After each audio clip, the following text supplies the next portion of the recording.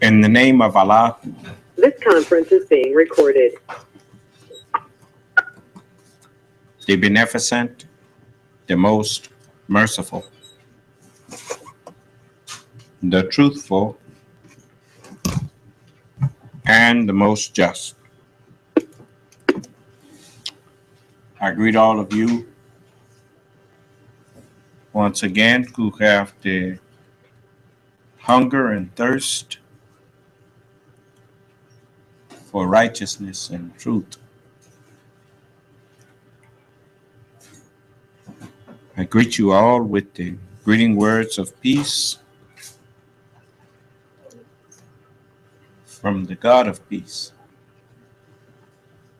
Almighty Allah. May Allah's salam alaikum. We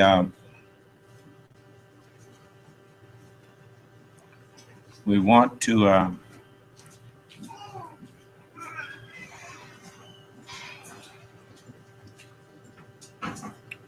start in the 15th chapter of the Holy Quran. But before we do, as usual, I want to let those who think they have some disagreement with me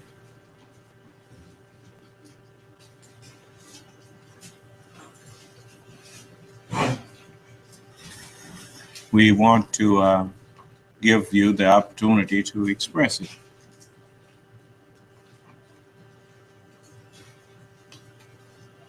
Whatever you think you have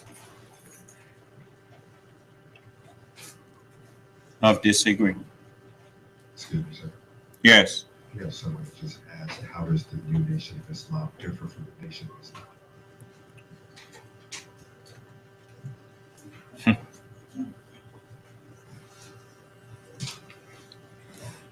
Tell them they're welcome to come in and have that discussion with me. Because I think the person that's already asking that question already knows the answer to that. You've never seen no other teacher of the Nation of Islam stand before you and open the door of disagreement to anyone who wanted to have a discussion with him. You don't find that coming from nobody but me. So to ask me how is it different, that's a question that does not make any sense. You tell me how is it different. Because it's plain to see how different we are from other people. You know, I'm the only teacher. So many things that is plain to see. I don't understand the question.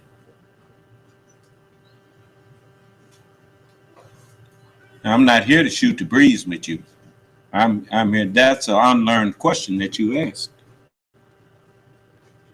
Because it's not a question that needed to be asked to someone who has been looking at both. I mean, if you look at a car, if I have a... No sound in the conference room. You say no sound in the conference room? Just a moment.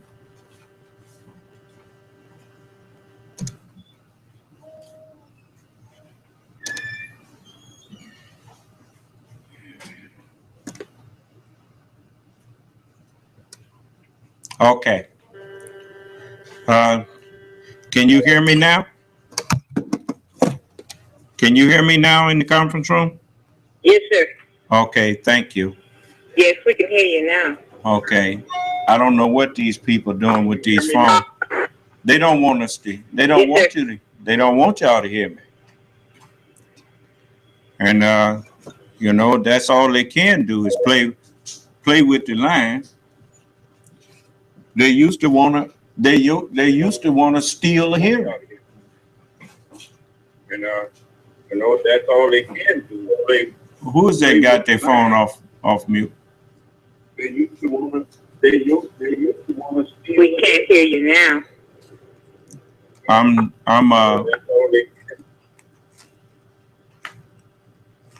Can you hear me now? Conference. Can't hear you in the HD conference room. Beg your pardon? Can't hear you in an HD conference room. You all can't hear me? Is there somebody back there got the phone off the hook?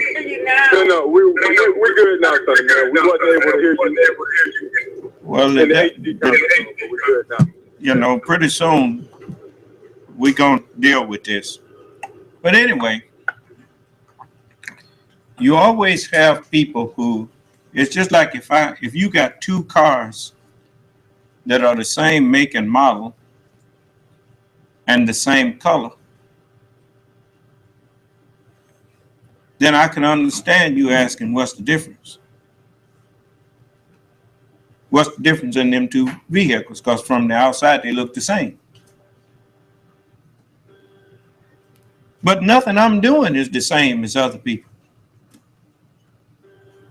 If you don't look at the others who claim to have a nation of Islam and look at what I'm doing, then it's a self-evident truth what the difference is.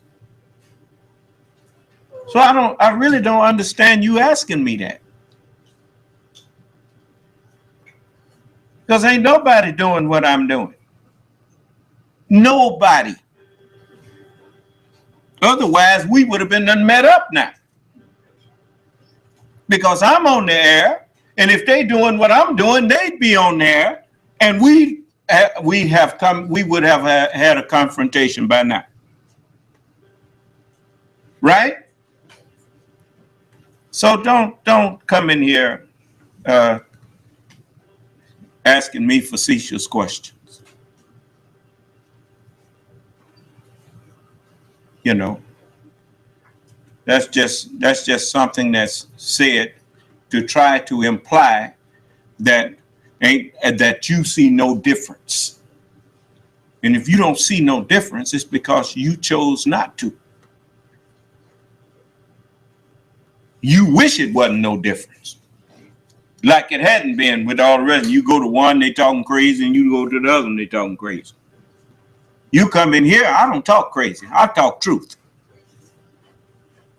And I even give you, who may say it's crazy, I give you a chance to come in here and prove it.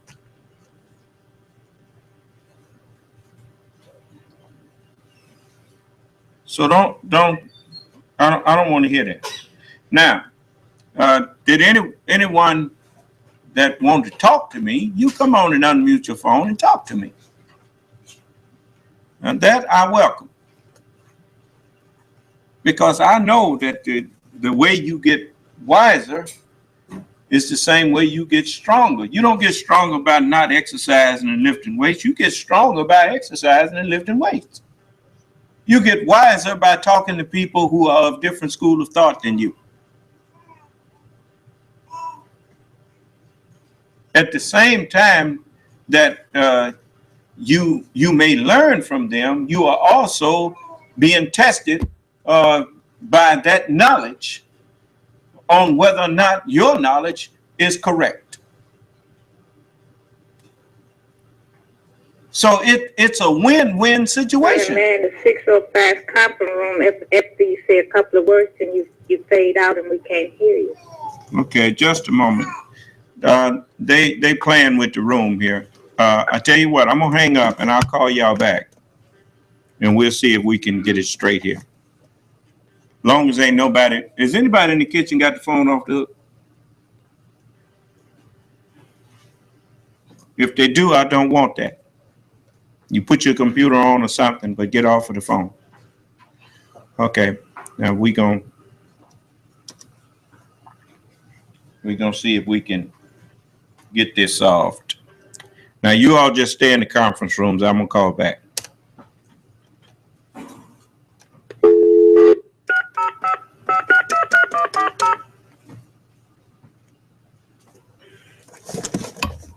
This service is provided in high access code accepted. There are 25 participants in this conference. This conference is being recorded.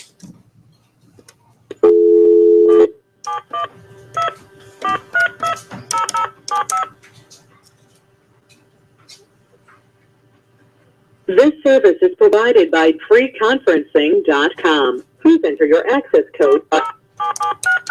Access code accepted. There are 22 participants in this conference. This conference is being recorded. All right. I can still hear that low hum in here. And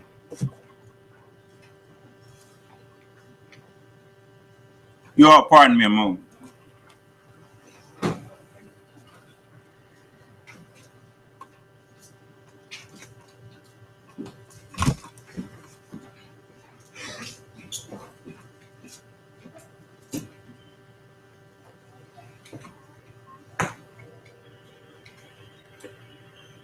Can't hear anything. That's because I'm not talking.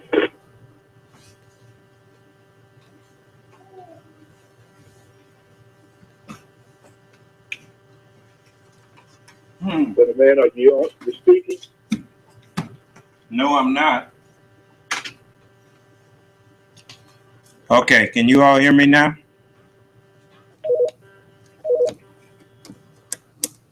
Can you hear me now?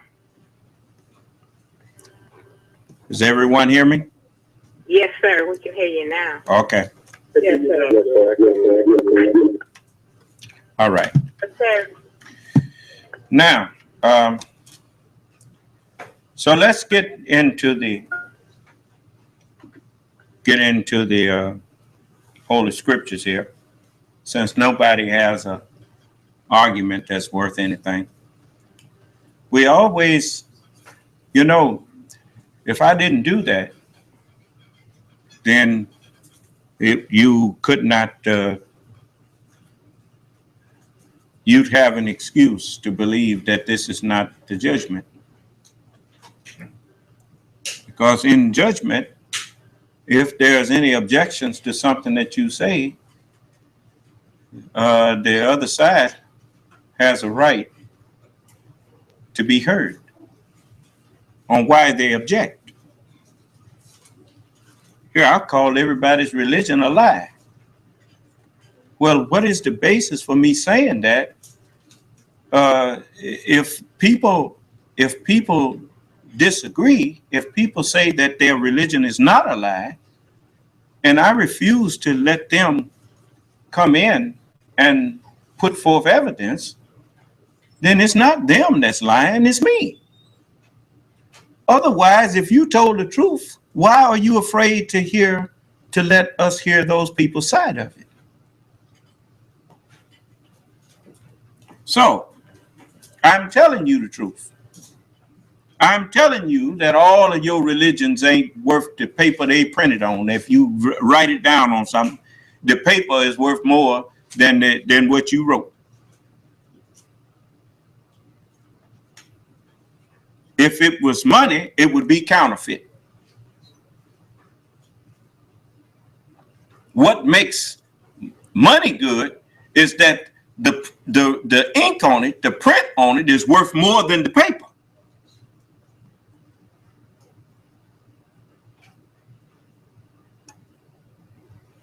Because the print is backed up by something.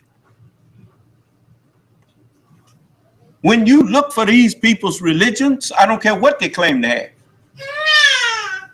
When you look for it in the Word of God, you can't find it. Just like Islamic State. There's no such thing in the Holy Quran. There is no such title, Islamic State. Then what is it? It's little sick hypocrites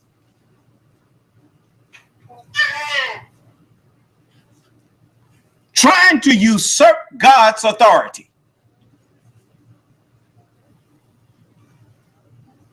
Nation of Islam is in both books. The kingdom shall be taken from you and given to a nation bringing forth the fruits thereof. That's in the Holy Bible. The Holy Quran says you are the best nation raised for men. There is no better nation than the nation of Islam. And I'm raising it.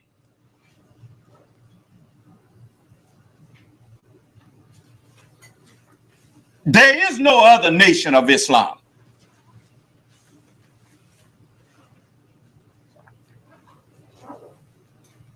You ask them one question. Are you God? Ask the head of it. Are you God? And when he tell you no, you tell him then you ain't got no nation of Islam. The head of the nation of Islam is God. It's a nation that it submits entirely to do God's will. The Honorable Elijah Muhammad, contrary to your belief, he told you the nation of Islam haven't been born yet. He told you that. He said it have no birth record because it have not been born, because it didn't have no beginning nor ending. Well, I am the beginning and the ending, saith the Lord.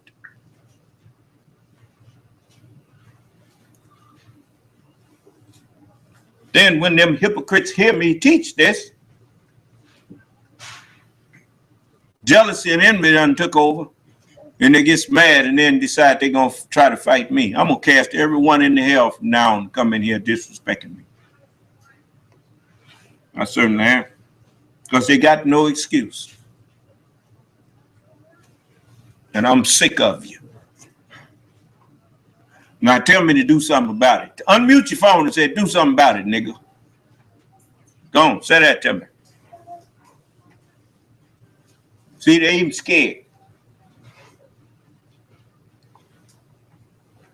And when I do it, they think it wasn't nothing. They find out later. It's just like when the judge can't pass sentence on you. You don't realize the gravity of what he did until you get in there. Yeah. You can talk crazy to him. You cuss him out after you get through casting you in jail. And he don't care. He said, bye. Do you understand? He never speak to you no more.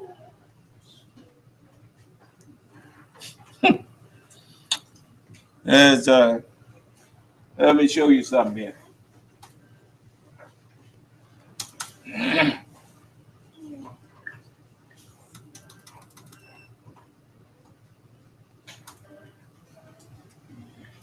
I like to show you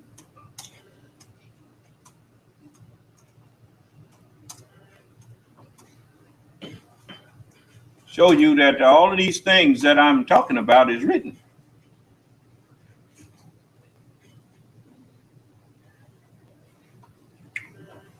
This is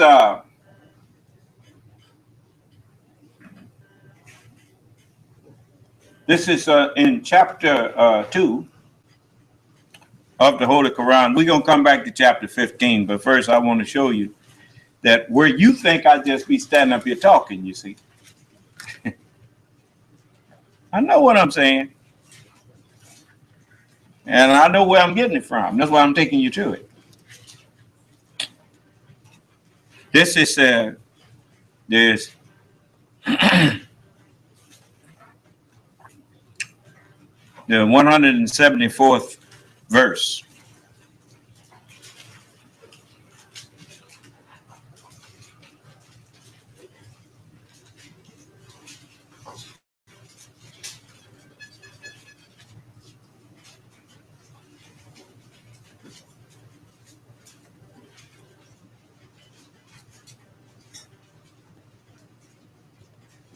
Those who conceal aught of the book that Allah has revealed and take for it a small price, they eat nothing but fire into their bellies. And Allah will not speak to them on the day of resurrection, nor will he purify them. And for them is a painful chastisement. Now, the messenger told everybody that there's no such thing as a Muslim that don't believe in all of the scriptures. He told them that. The messenger also told them, he said, ain't nobody coming behind me but God. I better tell you that. He told them that. And he also told them, and I wasn't there, so you can't say, well, he is talking to you too. No, he was telling them about me. He said, if you find yourself getting impatient, he said, ask Allah to help you to be patient, to wait on the Lord. If Farrakhan was the Lord, what was the messenger telling you to wait on him for? Farrakhan had been with the messenger 20-something years. He didn't say the Lord is with us. He didn't say our Savior has arrived until 1973, Savior's Day. He said, go out wherever you may go and tell others of your kind that the Savior has arrived. That's what he told them. And I was there. And I had just got there. That's not me making up something. That's what happened. Get Savior's Day 73. And listen to it. You little jealous hypocrites. Let me go here in chapter 3 of the Holy Quran. Go to that. And go to verse the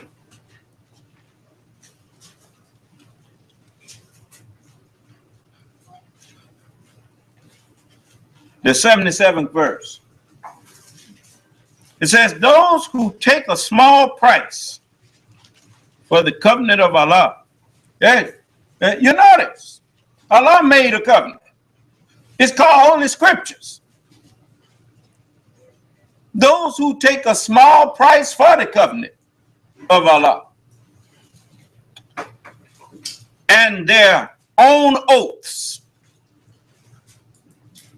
they have no portion in the hereafter, and Allah will not speak to them. I told you, once I cast your behind in the hell, I'm through talking to you.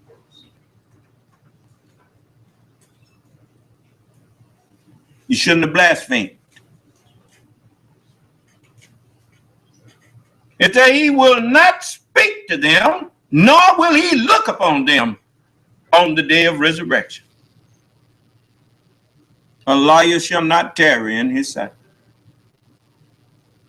He will not look upon them, nor will he purify them. He it is who raised among their illiterates a messenger who recites to them his messages. But I won't recite to some of them. I won't recite nothing to them no more. They blaspheme. Cast they behind in the hell. And I ain't gonna give them no more understanding.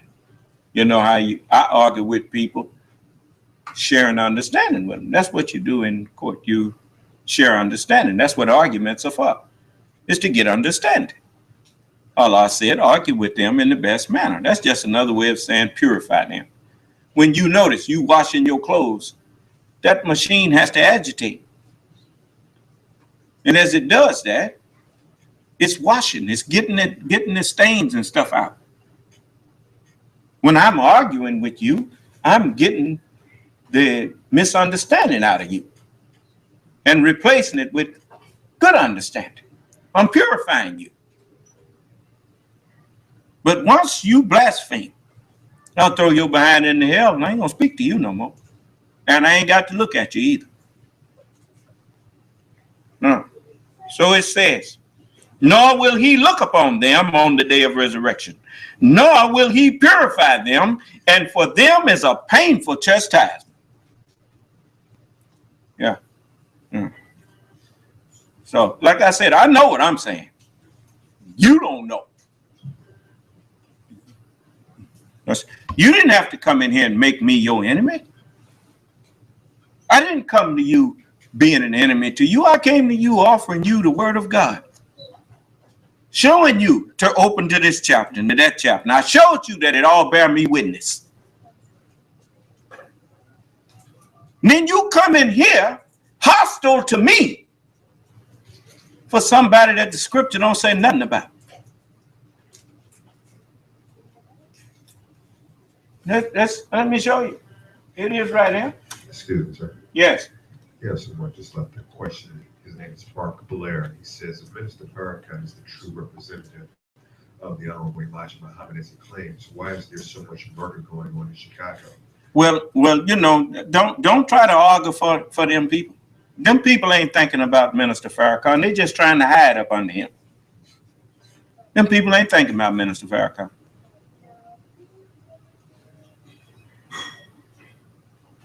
You know, because the thing that you asking now, brother, that's just common sense. You notice when the Honorable Elijah Muhammad was here, it wasn't a whole bunch of mess going on in Chicago and nowhere else where Muhammad's temple was. That was the most peaceful time that the black community ever had because all the hell raisers was in the nation. Well, it's the truth. All the really bad brothers was the ones that was standing up calling the white man the devil and saying, I'm following the Honorable Elijah Muhammad.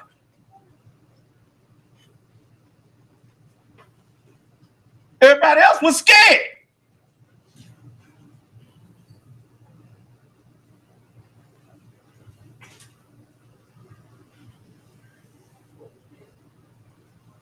Everybody know the history of Malcolm. Malcolm was a hell raiser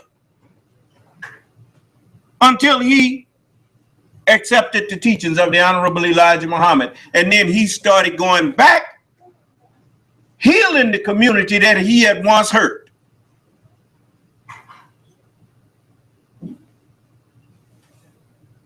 And that's what the messenger did with many who had been in the black community raising hell. He turned them around.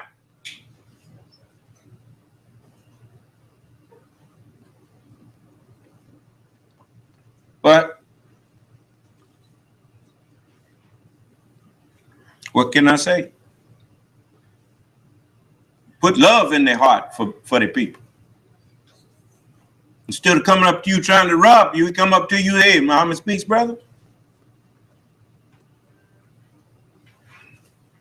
And when you knew he was a Muslim, you didn't care how you talked to him then, because you knew he wasn't going to hurt you. That's why you do me like you do me, because you know I don't want to hurt you. You don't go do that out there on them streets. But you come in here and vent all of your venom to me.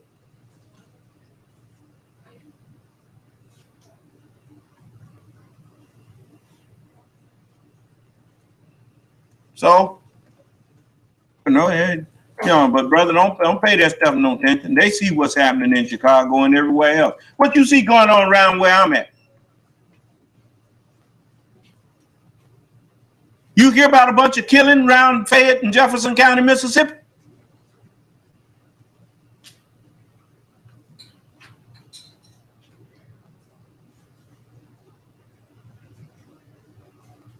Wherever God is, peace is there too.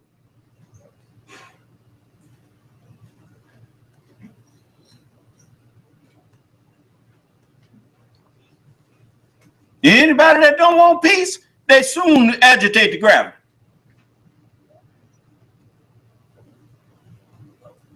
Better get on away from around me. I ain't bothering you, and if you want to bother me, I'll just move you on out of here. Send you to somebody that's like you.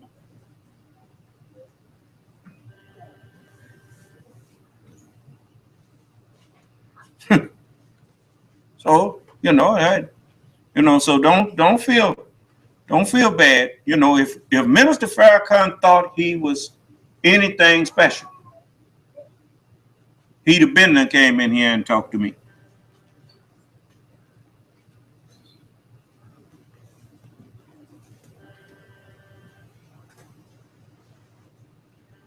How I know that? I think I'm something special. So I'm looking for people to talk to. I know what you do when you think you're something special.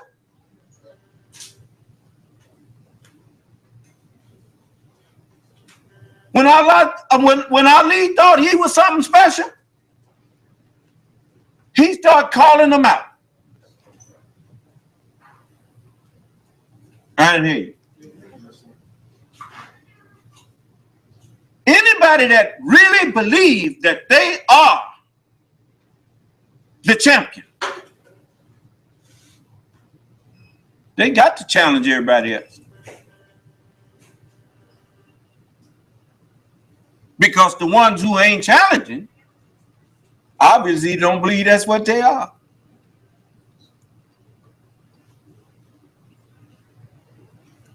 Even when the Honorable Elijah Muhammad planned a convention with Dr. King, he said, he and I, talking about Dr. King, he said he and I making up a friendship.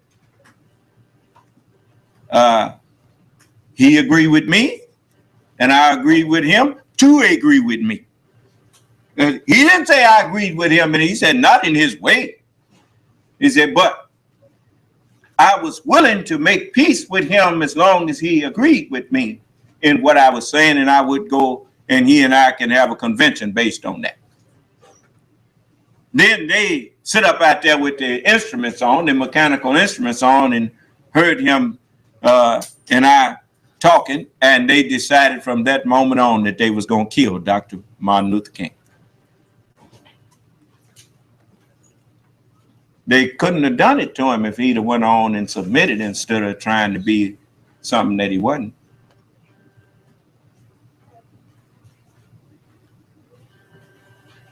But when the devil's disciples don't follow him, he killed them. He wish he could kill me, but I ain't his disciple.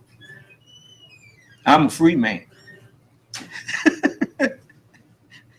He ain't got no authority over me. That's why I can walk outside and stand up out there all day. I ain't worried about them woods out there and what he doing with his sniper scope. I sure ain't. No, sir. That's because the God who sent me is right here with me. He said, I will say to you, fear not. See? I will keep thee. I got to keep her up here.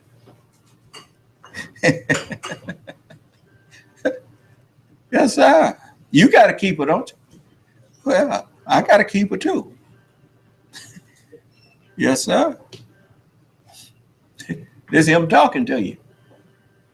So I ain't worried about what you think you gonna do. You ain't gonna do nothing to me. You just think you are. It's just and before it's over with, when you get through scheming and then planning it, Allah gonna make you do it to yourself. That's all. Teach you a good lesson. You see, every time one come in here, he think he got an argument framed up, and when he get in here with it, it fall apart on him. Why? Just one or two questions can shut him up. I don't have to ask people but one question if I want to. I don't care who you are. You come in here and call yourself going to debate me, I ask you the first question and shut you up. If you don't believe it, come in here.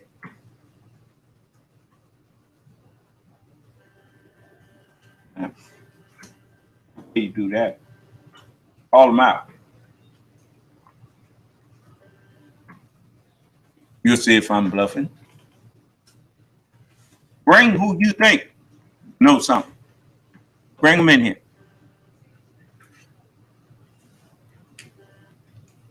So I'm gonna show you that I wasn't making up nothing. Let me see here.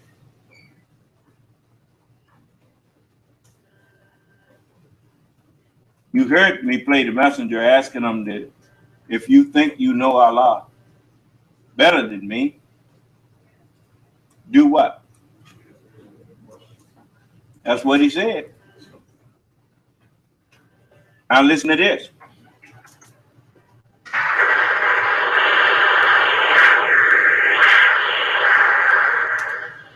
You must know the truth. There can be no judgment until you know the truth. And if this man in the Bible rises up in Revelation with the key of both death and hell, having the knowledge of the devil who kills people with the knowledge of his teachings, prepare them for the doom that God made him for.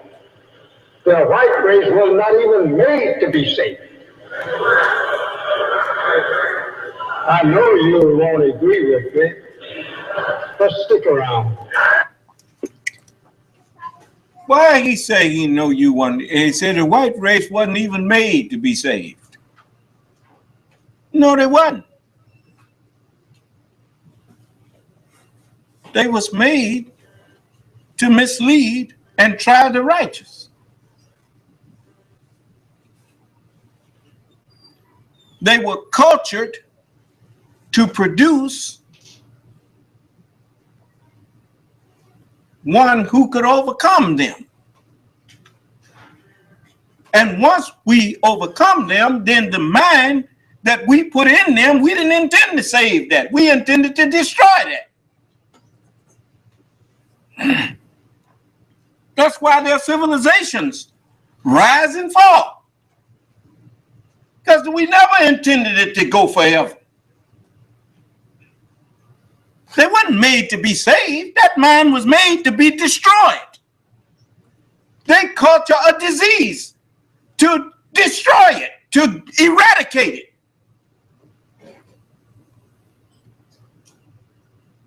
Not to save it.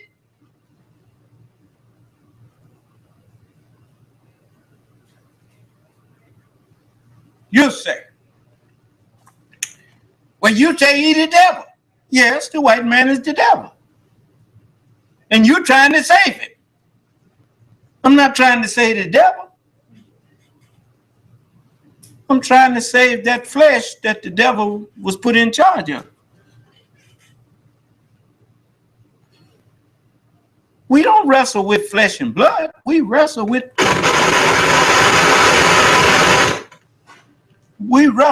powers and principalities against minds. That's the devil. And you know that. You just want to pretend you don't. You know that a doctor is the mind that's in the man. You know that a thief is the mind that's in that man. A robber, that's the mind that's in that man.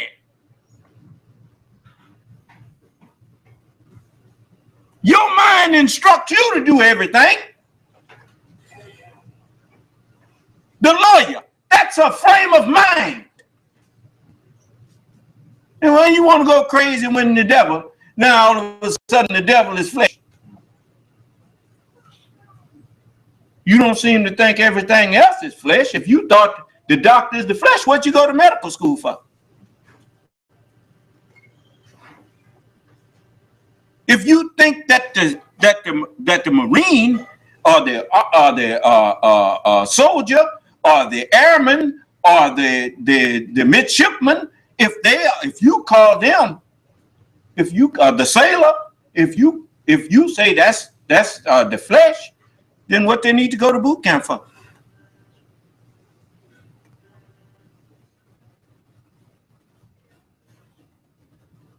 If the genius is the flesh, what you go to school for?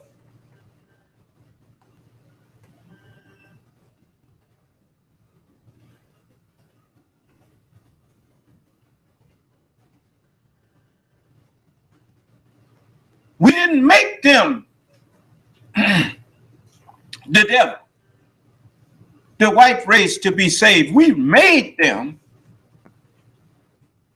to be wicked. And they have a saying, well, speak of the devil.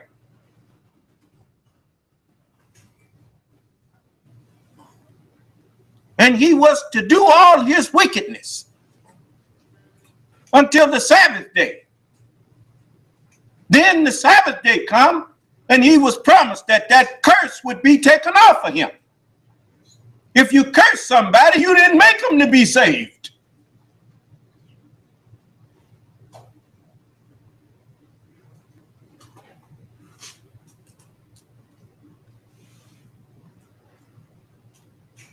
So, he said he knew you wouldn't agree with him. He said, but stick around. And you agree with him now? Huh? All right. Then he wasn't asleep.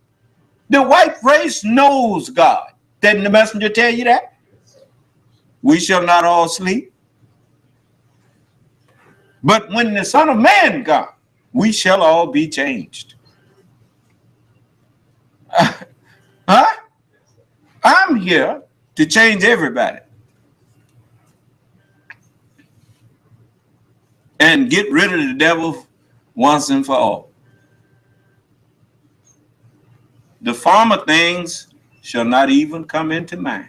Do that sound like it's going to be some devils around here all the time?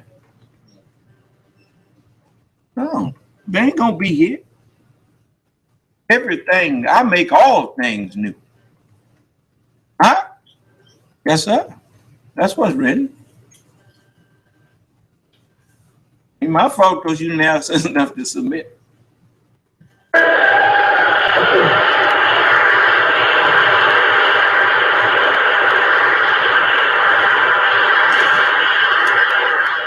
One of the professors from Chicago University, sitting in my house one day, he wanted to know was not the summer good. Well, I told him like I had told many others. I said, there's lots of snakes. Some of these snakes is not as poison as the other, but these are snakes just the same.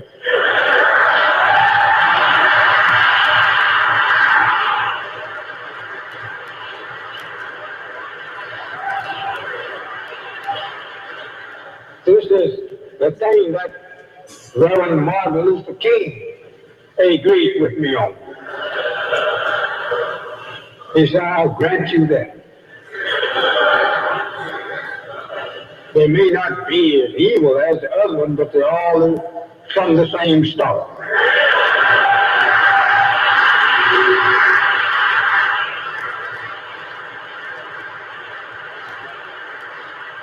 There was a man that was frightened to death by white people because they had tried to buy him over.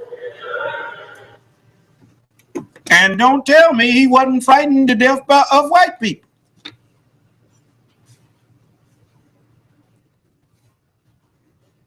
It was only after he visited the Honorable Elijah Muhammad and talked with him for a while. That's why he said, well, I don't know what's going to happen now. And he said, but I'm not fearing any man tonight. Because God has allowed me to go to the mountaintop. Huh? Yeah. If he wasn't fearing any man that night, he said, like everybody, he said, long life, longevity has its place. Huh? Is that what he said? He said, like everybody, I want to live, but I'm no longer afraid to die. Huh? Who took that fear out of him?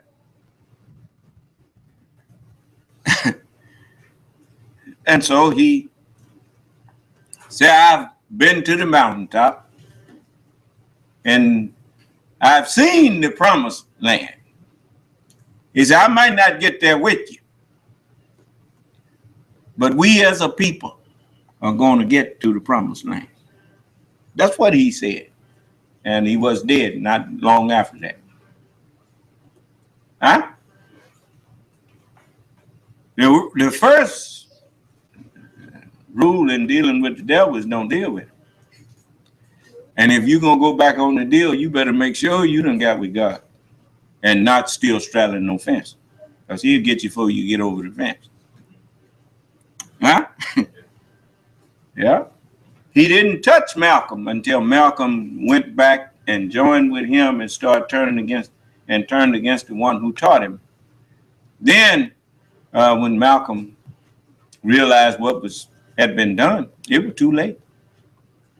They set Malcolm up and killed him. Police officers was all around him. Yeah. And then they want to talk about the Muslims killed Malcolm. The Muslims didn't do that to Malcolm. The devils that tricked him away from his teacher did that to him. And I'm going to tell you something else. Look at the condition. I remember Ronald Reagan asked this question. He asked the people when he was running against Jimmy Carter. Some of y'all wasn't around there, but he said, ask yourself this question. Are you better off now than you were 4 years ago? And you notice they don't ask that now on television. But anyway, because they are better off. They know the country is better off, but that's okay. But I could ask those in the nation the same thing. Are you better off under all these people who, when WD was there, if they had asked themselves, are we better off now than we was when the messenger was here, they'd have had to say it, no. If they had asked themselves, are you better off now, them that's got this under Farrakhan? Most of them that was in the nation know good and well that ain't even close to what the messenger taught us. They know that. When they look at what I'm teaching you and guiding you to, you notice can't none of them take you to nothing that they doing equal to what I got you doing. The only thing you can go to compare with what I'm guiding my followers to is what the Honorable Elijah Muhammad did. And you'd have had a lot more if you had gave me your allegiance like we gave him ours.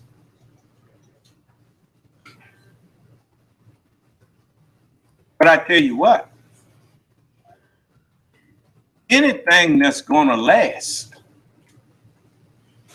it's going to take some time to get that thing here. If you look at the roots that's holding up one of them giant redwoods up there in Sequoia National Park, the roots that look up under these little trees here ain't nothing. Them roots that's in that tree, them roots go way, way down. Have to.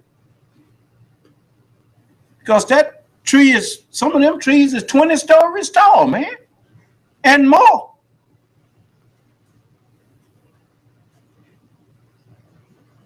Tree been around here 2,000 years. Still standing. Yeah, this one gonna stand. You needn't think that this gonna blow over. No, sir. I'm showing you. The messenger said we want this building to stand. So we build it on a stone that will stand. Look at me standing in front of the whole world. on what the Honorable Elijah Muhammad had to say and not ever having to back up off of none of it.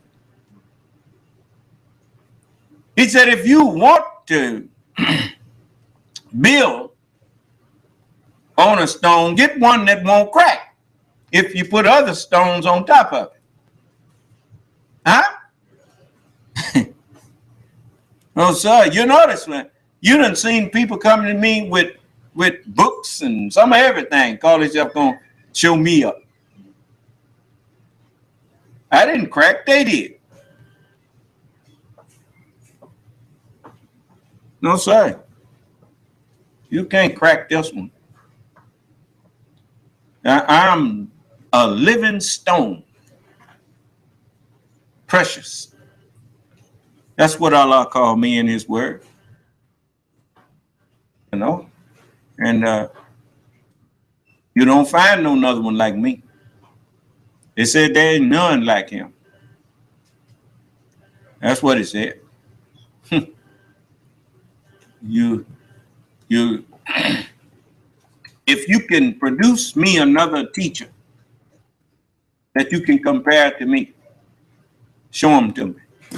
Name them. And I'll prove you lying and you know you lying. Just name him and I'll prove to you right after you name him that you know you lying. Now, how will I do that? If I can't prove it, I'll give you $20,000. I'll cut you the check for $20,000 right now and mail it to you. Name one that's like me.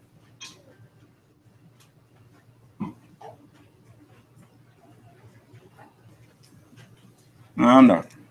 Ain't no other teacher like me. No, sir.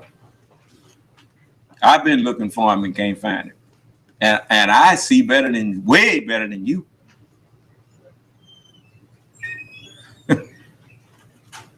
And I haven't found him yet.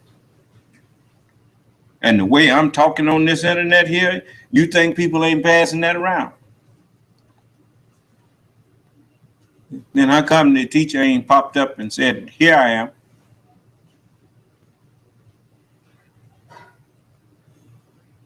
Now let me hear you put somebody out there that say ain't none like them and ain't teaching like them, and send him to me and see if I don't, and give me his number. I'll call him right now. Give me the number to who you think is equal to me. I'll call him up right now and let you introduce us, since you think so much of him.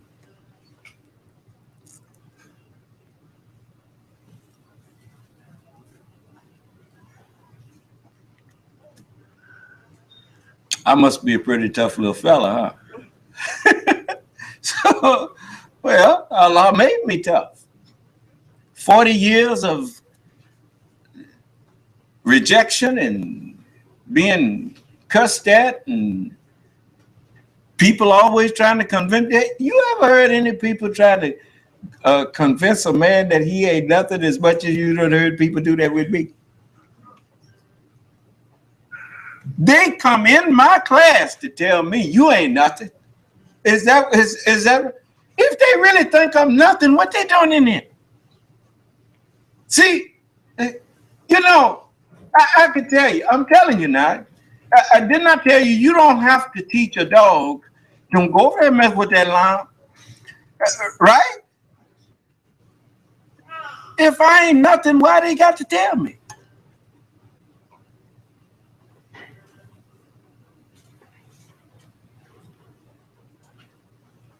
You got these people pumping Donald Trump up, and he really ain't nothing, and they're telling him he's something. And it's self-evident truth that he ain't nothing. You say, you done throw it now. Wait a minute, let me let you finish hearing this. Then I'm going to let you hear something else. But he was not so big a fool as they thought. After he met with me, that they learned that Reverend Martin Luther King and I was making up a friendship. together. I went down to our place where we was going to meet and have what we call a convention. And when I got down to this place, I represented Martin Luther King. That he was a great man, that he and I was getting along fine. He agreed with me, and I agree with him. Truly agree with me. Not in his way. But Martin Luther King, he woke up right away. And the devil said, not then from my house with mechanical instruments on, listen to what we were saying. Then from that meeting on, they had made up their mind to kill Martin Luther King.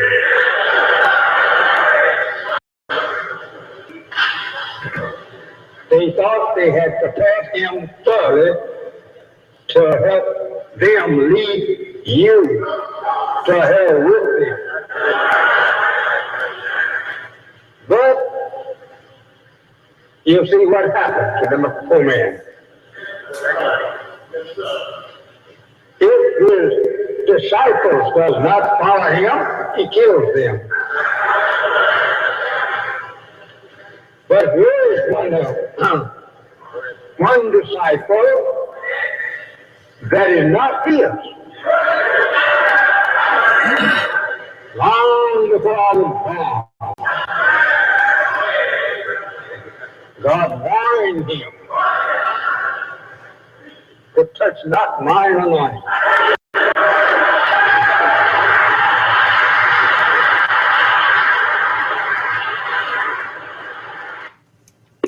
That's in the Holy Quran. You just didn't know what you was reading. But when the devil said, I'm going to make evil fast seeming and cause all of them to deviate, Allah said, that's the right way with me. As regards to my servants, you have no authority over them, except such of the deviators as follow you. And I will certainly fill hell with them all. But understand this. As regards my servants, you ain't got no authority over them. Touch not mine anointed. Huh? That's pretty plain. Huh? I told you, they get in trouble for even like the stuff they pull on my phone. They can get in trouble for that. Allah gonna punish them for everything they do from henceforth. They were told, don't do your work in the Lord's day.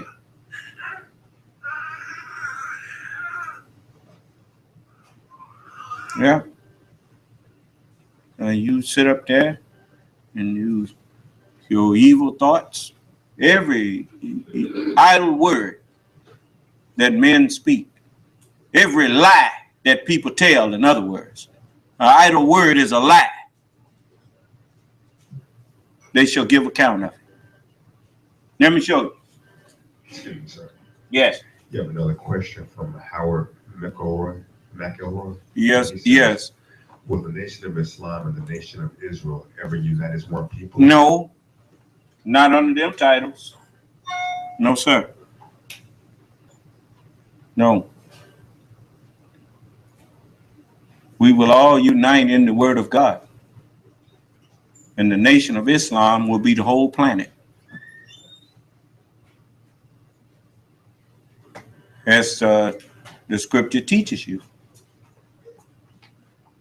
That the kingdoms of this world are become the kingdoms of our Lord and of his prophets. And even though I have other sheep that are not of this fold, now there are people who refer to themselves as Hebrew Israelites right now, and people who refer to themselves as members of the Nation of Islam that will no longer call themselves by all these different names. They will all be one. because the word of God is one. And on that basis, we have no basis to be other than one. You know, once we get rid of all of the falsehood that have been added to the word of God, their misunderstanding is what they are all living by now. That's why the messenger said, when he said, I agree with him, and he said, he agreed with me and I agree with him to agree with me, but not in his way, not in his understanding. Do you understand? And so if Martin Luther King had went on and gave up that old understanding, then he'd probably still been here. But he just couldn't get out, let it go. You get used to being praised. It's hard to give it up. You shouldn't have never let it get started. Then you wouldn't have to be giving it up. So, but anyway, I have brothers with me now that used to think like some of them think, you know, but they recognized that what they was thinking was wrong. So they gave it up. You know, they humbled themselves instead of exalting themselves. And so when you humble yourself, you'll be exalted. When you exalt yourself, then what happens when the Lord himself comes and you done exalted yourself as some teacher? Now you got to fight the Lord to keep your exaltation. And that's your problem. I'm standing up here in front of the whole world calling you out, and you can't answer because you know you don't know what I know. And so you get mad, and then you start blaspheming, and that's going to put you in hell. Now. So now, I'm going to let you hear something else here. You heard the messenger there. Now I'm going to let you hear this. I don't make it up. I can show you what I'm talking about. Look at this here. I mean, they got things online here that are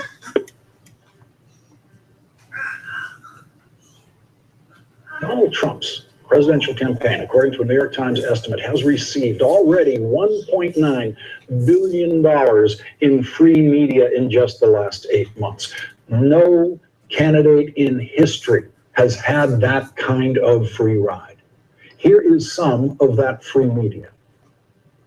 And we have water, and it's a very successful, it's a private little water company, and I supply the water for all my places, and it's good. And we have Trump steaks. And by the way, if you want to take one, we'll charge you about, $50 a steak. He said, Trump magazine is out.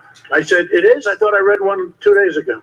This comes out, and it's called The Jewel of Palm Beach. The airline, by the way, I sold the airline. He said, Trump Airline.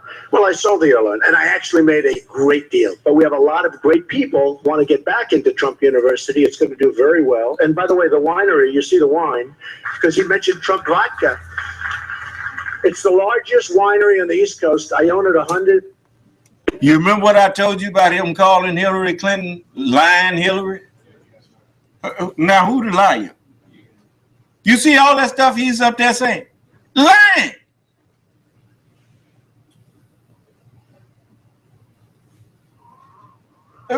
Just a moment. %, no mortgage, no debt. You can all check. You have to go check the records, folks. In fact, the press, I'm asking you, please check. Every single thing he said there was untrue. Every single thing. That's why Bernie Sanders calls him a pathological liar. He rattled off a string of lies, knowing that they were lies, and then challenged reporters to actually check his lies.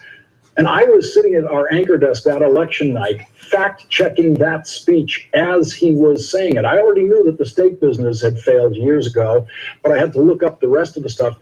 And then I didn't get a chance to say a thing about it for the next 3 hours of our live coverage as we cut to other people's speeches and other things that we were covering. And so long after our peak audience went to bed, in the wee hours of the early morning of our coverage, I offered a few correctives to what you just heard Donald Trump say. And you remember not too long ago, I told you all that they was lying about his campaign not, his being self-funding. And I told you he had gotten billions of dollars in free advertisement from a media that claim they don't want him. Huh? Now you see they're owning up to it now, right? Okay, just listen. Then the next day, other news organizations debunked all of those Trump claims. But those articles and those TV segments were seen by a much smaller audience than the primetime election night TV audience that saw that speech filled with lies, carried live on all 3 news networks without any contradiction about what he said in that speech. Donald Trump presents a challenge that the media has never seen before. How do you cover a pathological liar who is the front runner for a major party presidential nomination? No television interviewer of Donald Trump has ever tried to challenge him on every lie he has told in any given television interview. I've never interviewed Donald Trump, and I probably never will get to interview Donald Trump because I've been talking about his lies for many years now. In fact, I am the very first person who Donald Trump ever threatened to sue via Twitter 5 years ago. I'm not sure that I could do much better than most of the other television interviewers in trying to effectively interview Donald Trump, but we now have a new model for how it should be done, how it can be done. The new rules of interviewing Donald Trump. We got the lesson yesterday, not from a television interviewer, but from a conservative radio talk show host in Milwaukee, Charlie Sykes. Let's call the new rules the Sykes rules. There are 3. The first rule is you must interrupt Donald Trump when he is trying to run out the clock with a very long, wordy statement that is not responsive to your question. Rule number 2, you must interrupt Donald Trump when he says something that is not true. He totally knew about it. It was done by people that he knows very well. Well, it was not his or his campaign, but it was your standard he knew. To several interviewers prior to Charlie Sykes, Donald Trump evaluated this time that Ted Cruz for running the super PAC ad that included a picture of Donald Trump's wife. That is the kind of thing he gets away with all the time in TV interviews. And rule number 3, the Sykes rule, is always point out at the end of a long-winded Trump response when he has not for how it should be done, how it can be done. The new rules of interviewing Donald Trump. We got the lesson yesterday, not from a television interviewer, but from a conservative radio talk show host in Milwaukee, Charlie Sykes. Let's call the new rules the Sykes rules. There are 3. The first rule is you must interrupt Donald Trump when he is trying to run out the clock with a very long, wordy statement that is not responsive to your... What I tell y'all about liars, they talk fast so that they can get as many lies out as they can, knowing you can't remember every lie they told, so some of them slip through. Do you understand? But what you got to do is you got to tell them, hey, wait a minute, you're going to have to slow down. That's the first thing. And the way you get him and take his complaint out, you don't lie to him. You tell him the truth. Look, wait a minute. It's very important. I want the people to really hear you. Yeah. That ain't no lie. I want them to hear you. Now, what was the first thing you said? Then quote it back to him. Now, before you go to the next thing, then deal with that. He'll be in a hurry to get out of that end. But he can't complain because he came on there to be heard, didn't he? Well, he can't be mad at me for saying slow down so I can let the people hear you. Do you understand? So you notice that's how I do people when they get to talking fast and whatnot. I said, wait a minute, you ain't got to rush. We got all the time in the world, right? But don't no liar want you to really listen to him. He's trying to get you to buy a bill of goods. He stood up there telling them people he got water company. It's good. He got this and it's good. And everything he was saying was a lie. But if you don't call him on it, he said, well, I want him to check it and prove it. Hey, that's to keep you from checking it. Do you understand? He called himself using psychology on you. And it works the way he called it, the art of making the deal. That's just another thing that the devil got, the art of the deal. Huh? What's the first rule in dealing with the devil? Is what? Don't make no deal with him. Because he don't mean to keep it in the first place. What did he say? He the king of debt. What do you mean? I'm going to borrow this money. I'm going to make a deal with him to borrow this money. But when it comes time to pay it back, I'm going to threaten bankruptcy. Then I get to pay less than is due. The Holy Quran says, woe to the cheaters. But when they exact their dues from men, they exact them fully. They take them fully. But when they render out to others, they give less than is due.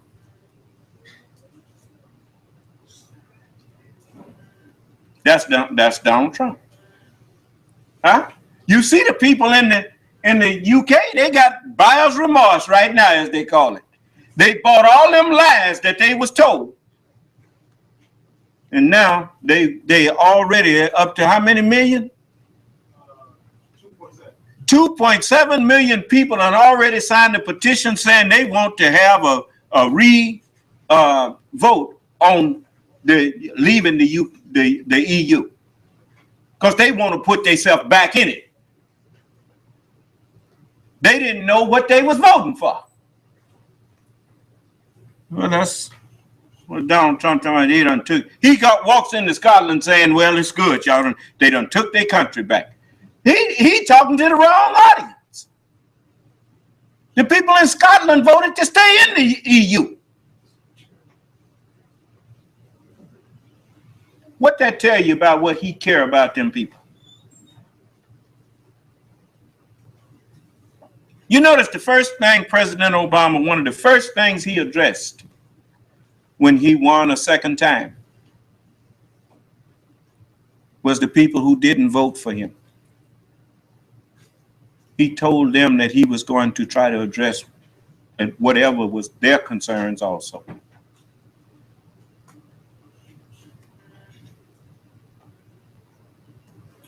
That's just, it's certain things you can't teach people. You can't teach compassion. If a man ain't got no compassion, is that door open back there?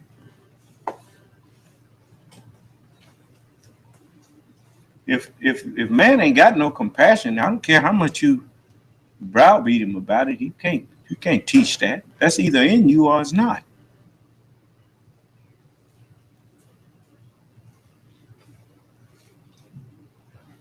Compassion and love for other people. You either feel for people or you don't.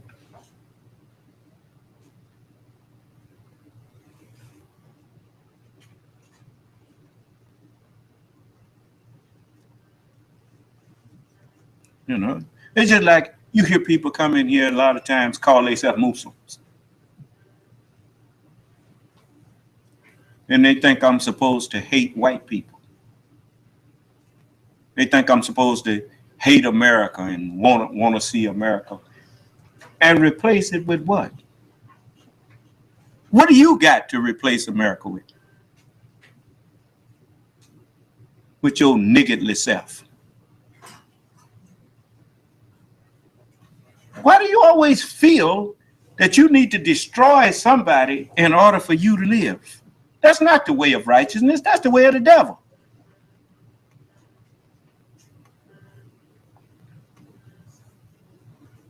The only thing I need to destroy is the kind of mind you got. And you sure can't do that practicing it.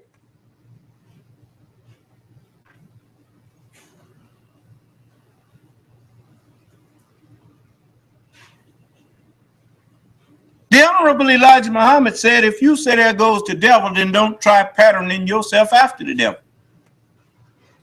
Show the devil that you are a righteous person, because he's watching you for such. If you say he's not righteous, he will tell you, I was not my maker. And that'll stop your mouth. It should stop your mouth.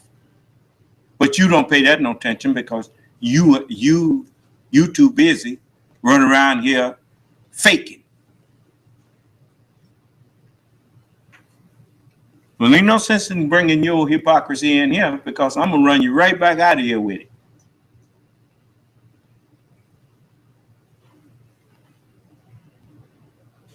When the messenger was asked, where's the promised land? He said, right here, the place where you in.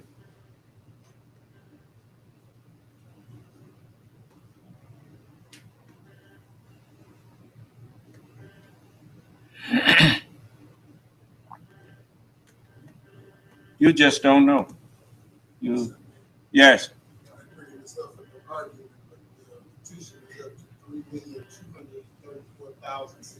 3 million and what?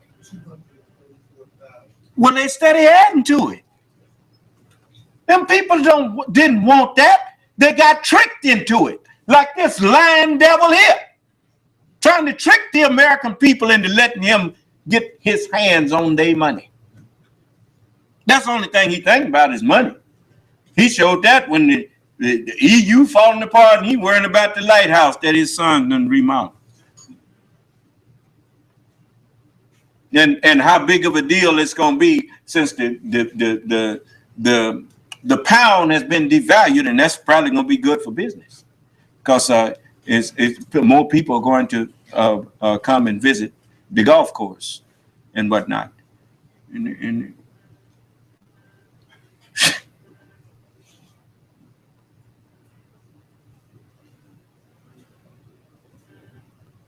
See, he don't really understand. I'm so glad that he thought he was already in. He don't pay no attention that he's the presumptive nominee. He think it's over because he got a majority of votes in the primary, that he's just a shoe-in.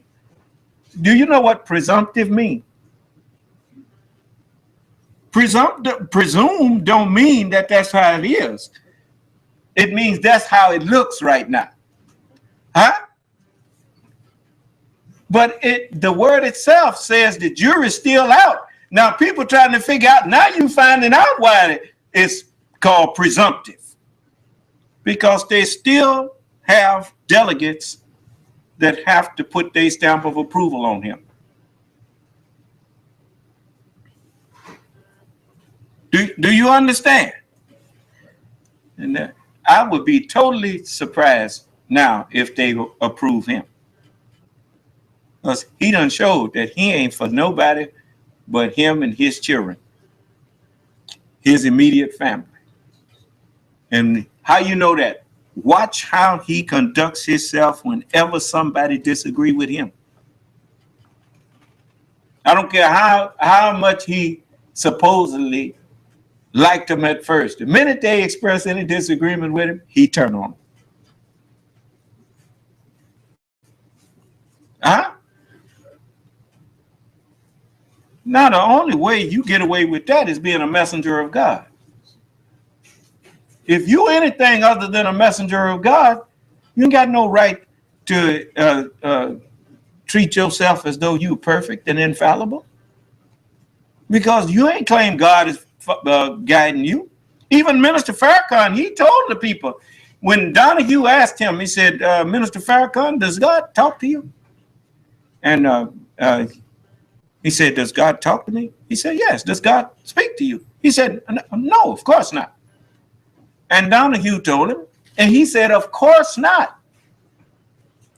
Then Donahue told him, he said, well, then you don't have no special stuff that I don't have then, huh? And they both start laughing. Ask me, does God talk to me?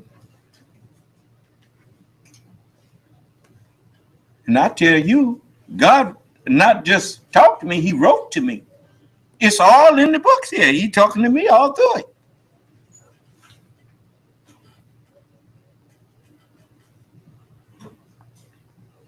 And if he wasn't talking to me, how come can't nobody else find nothing in there that condemns me?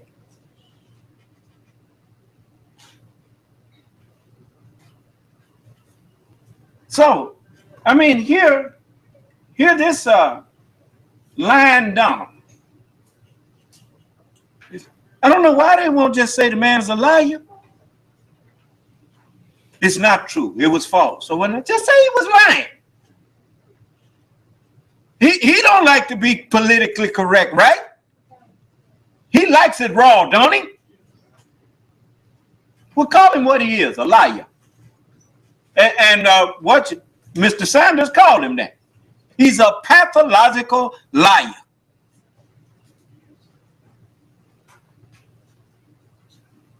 Question, rule number 2. You must interrupt Donald Trump when he says something that is not true. He totally knew about it. It was done by people that he knows very well. Well, it was not Ted Cruz or his campaign. So your standard is that no. I'm just telling you, he knew.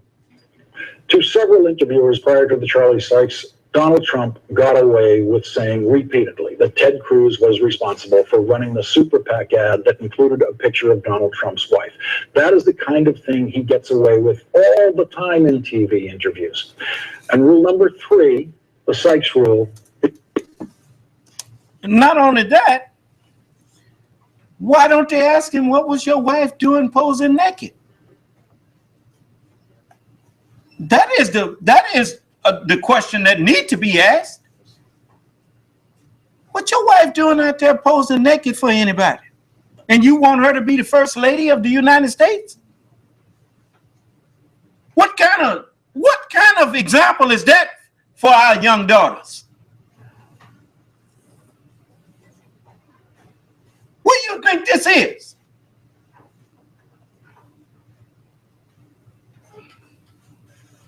See, all of them have scared of him.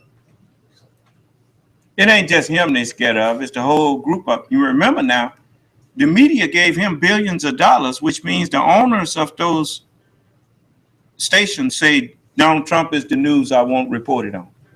Huh? And Donald Trump, the one that said any media is good media. He said that, didn't he? So he gave him all the media and said he sucked up all the air in the room.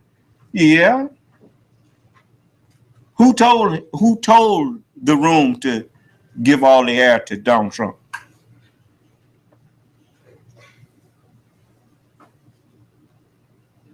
Go to now, you rich men, and weep and howl for your miseries that shall come upon you.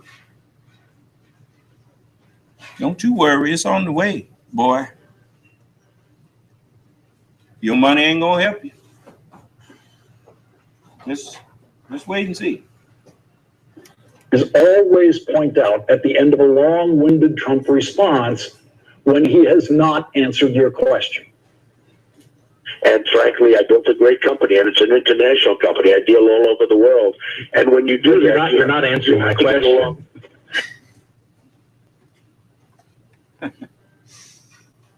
That's right. Mr. Sykes did keep bringing him back to the point. He said, "You're not answering my question, man."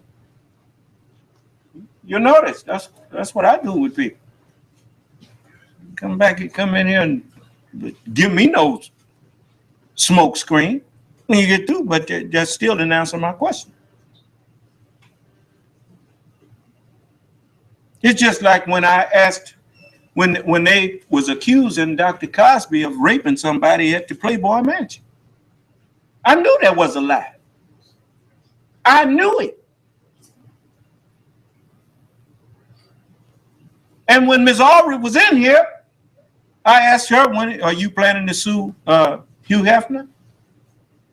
She said, we have no plans for that.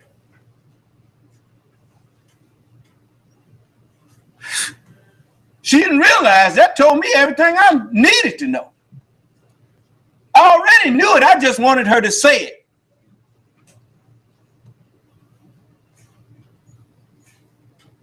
How do you sue somebody that was in Walmart for hurting you, and you don't sue Walmart for letting you get hurt? And the lawyers will tell you this if you're listening. Whenever they sue everybody that could be concerned and let them argue about who belongs in the lawsuit and who don't. Huh? If it happened at the Playboy Mansion and its owner should have been included in that. I done seen this kind of stuff before. They didn't sue Hugh Hefner. It's because they made up all of that lies on Dr. Cosby. Then try to bring him in later. Probably done made some little deal behind the closed doors to make it look, to give it a more realistic look, because it's already been pointed out. But they done already, the thing done fell apart. They went from rape to assault, to indecent assault.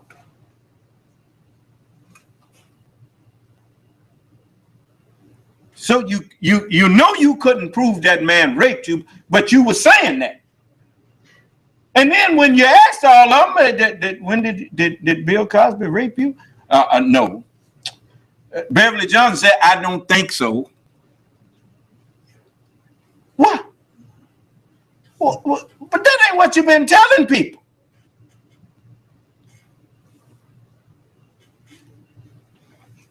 And now you see millions of people just got lied to and tricked by the who? By the media. And crashed the United Kingdom's bank account. Devalued the British pound based on a lie.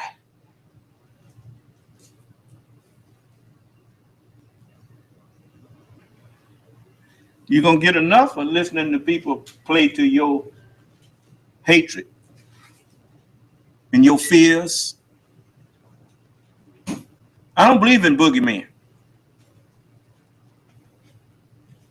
There used to be a time when it was the USSR is the godless empire and they this and they that. And when the USSR failed, there wasn't no more boogeyman and they was mad.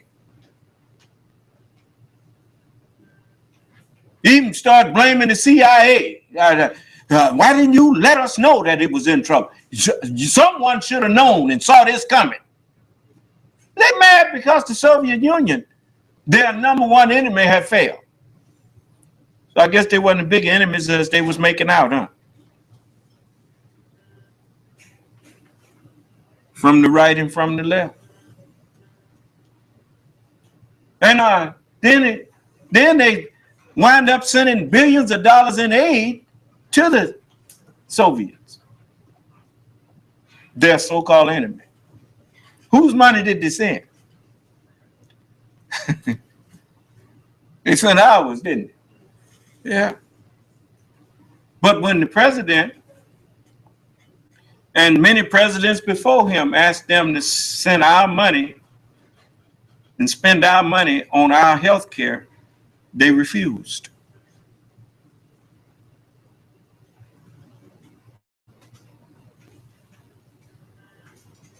Huh? President asked them to fix up the infrastructure, didn't he? What did they do? Refused. Now some of them old bridges with all of this flooding and stuff, washing out and killing people, and roads need repairing and stuff, and just Just terrible stuff happening.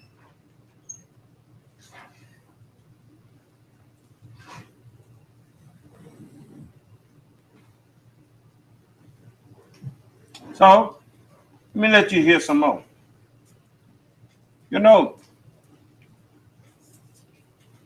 people need to know what they've been doing here, so let me let you hear some more here.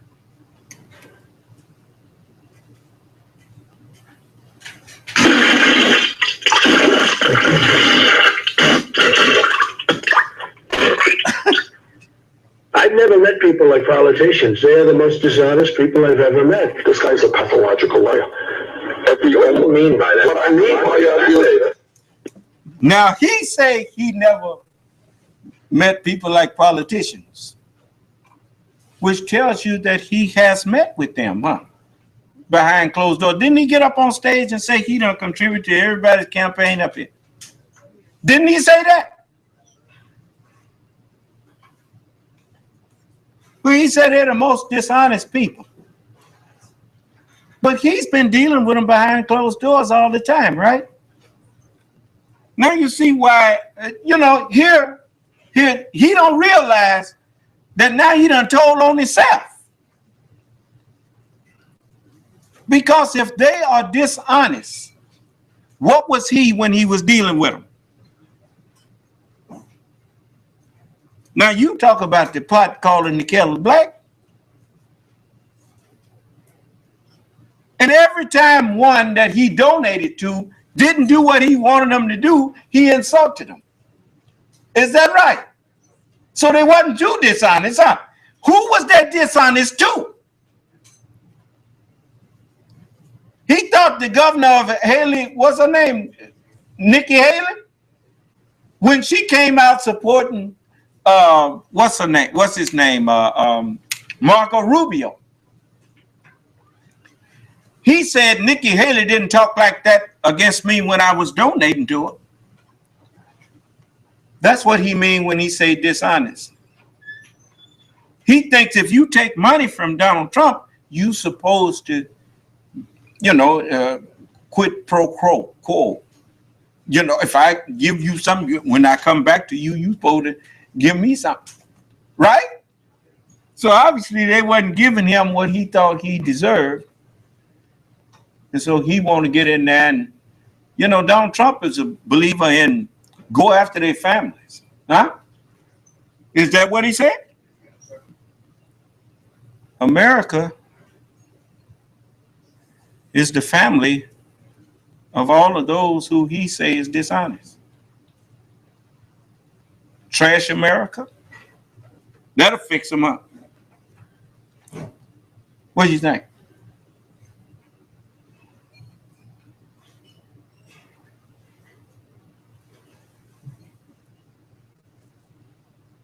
It was a clinical. Bernie Sanders is right, and yes, it is clinical. Donald Trump is a pathological liar, and the news media, for the most part, has no idea how to deal with him. Television news, in particular, needs new rules about how to deal with the pathological liar running for president. For example, last week on election night, every cable news network carried Donald Trump's 40-minute victory speech in its entirety, and it was filled with lies from start to finish, and the networks then devoted virtually no time to reporting or analyzing those lies for that audience that just heard them. Donald Trump got away with every one of those lies on live television to that huge audience that night. And then the next day, some of those lies were taken apart in news articles for a much smaller audiences and on some television shows for a much. And that was to give the appearance of being unbiased. The time to stop a lie is when you first hear it.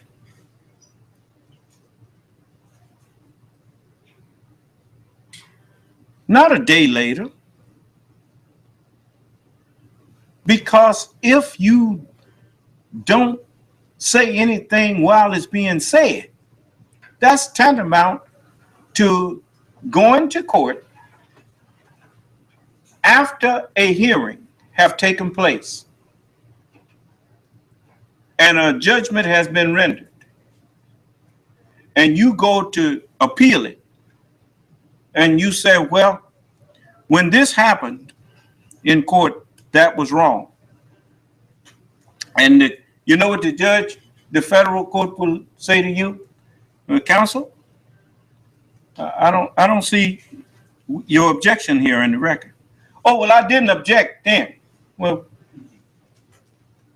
what do you want us to do?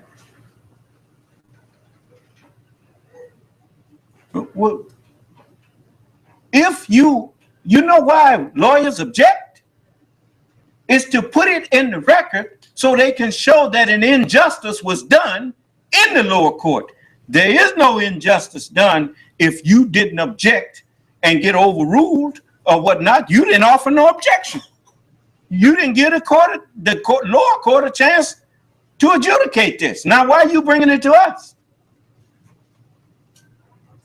There's nothing to argue here, counsel. You had your bite at the apple and you blew it.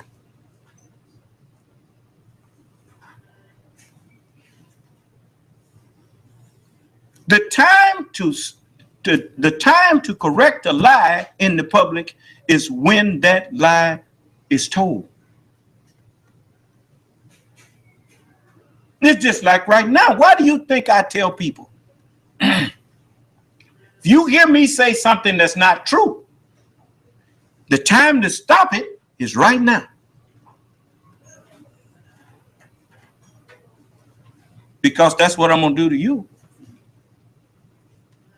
When you say something, you come in here to talk to me and say something that's not true, I'm going to stop it right there. So that the people will know that what you said wasn't true. They ain't going to have to go home deceived, and I hope they be listening the next day so I can straighten it out. I'm going to straighten it out now while they listening to you tell that lie.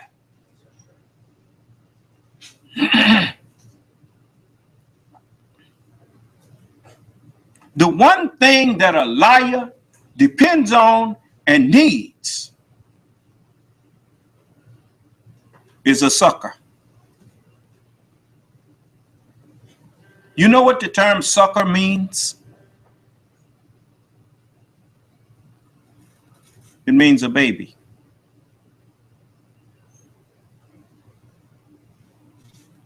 An ignorant mind. Just like a baby can't chew its food, an ignorant mind can't turn over and chew things that you tell it. It just take it in. It drinks from whoever gives it a drink. And that's why you have to, the news media used to be a good watchdog until it got bought out.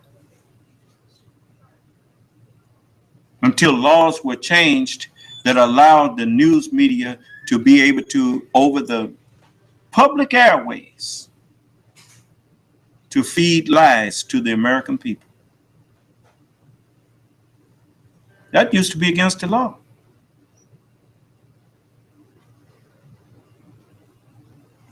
But they've been planning this for a long time.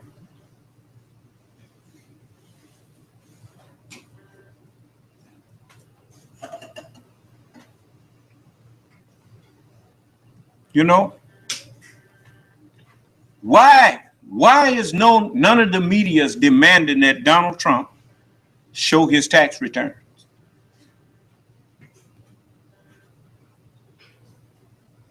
Your tax returns will tell who you've been donating to too, won't it? It'll tell the truth about what you've been making, and if you had any charitable donations, it'll show where it went. Right? It'll also bring up questions about a lot of the income that you have that don't jive with what is in your bank. Huh?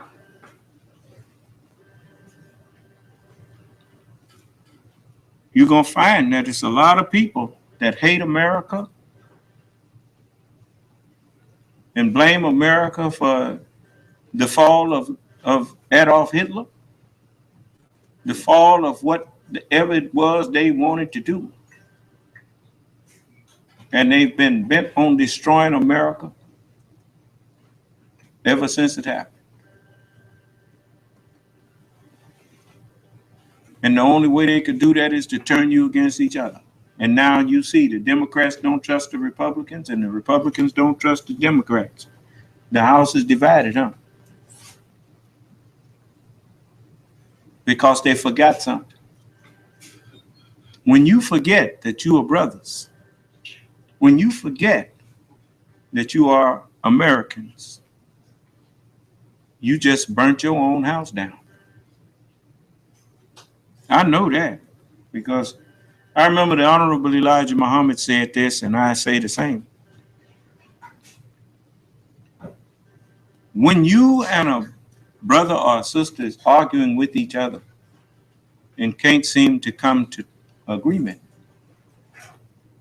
drop the argument and keep the brother.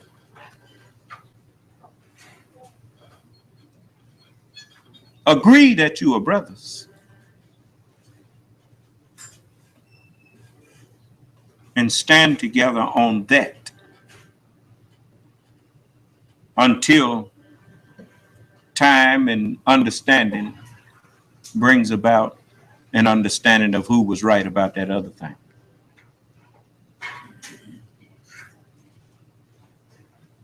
But don't tear the house down simply because you can't agree.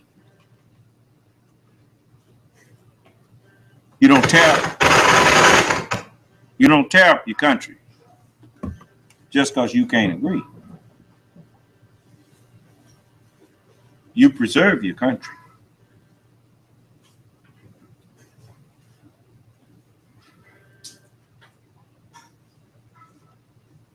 Do you understand?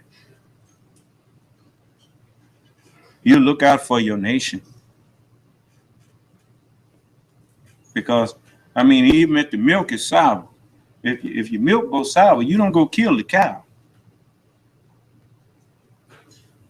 Because the cow can give you some more milk. The milk didn't make the cow made the milk.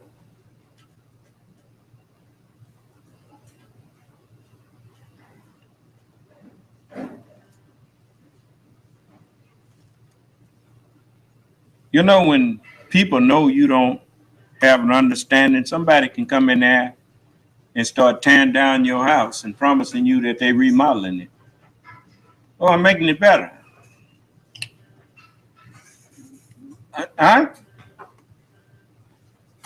is it making America better putting one segment of the country against the other segment? How is that making the country better? By fomenting, by creating distrust in the minds of the people for the people that the people elected. How's that making America better? You know what causes revolutions? It's when people distrust their government. And generally, revolutions in any government degenerates into anarchy. So your answer to the problems that your country face is to tear it up and go to every man for himself and God for us all. Yes. Why is the people that call themselves the Rifle Association so interested in putting weapons in everybody's arm, in everybody's hands? And at the same time, the political people are feeding the people hatred towards each other. What is that about? Maybe I'm stupid. Would one of y'all tell me what that is? What do you suppose that's about? For one man is interested in making sure everybody got a gun. And he even says, look, because they know they done dumbed you down. You know, when you're scared, you can't think.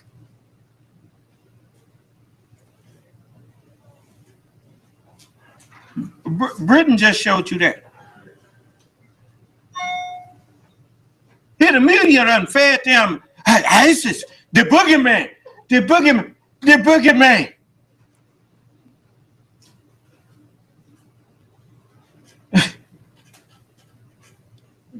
Hitler and the German army was more deadly than ISIS, and you didn't seem to get frightened to death.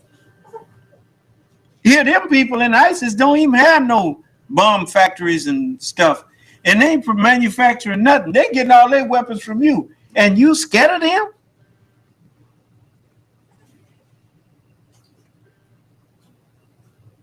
Talking about Islamic State. Them people ain't no Islamic State.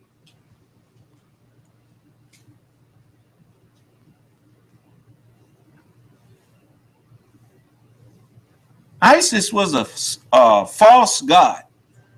I think it's one of them Roman gods of mythology. What, huh? Egyptian myth.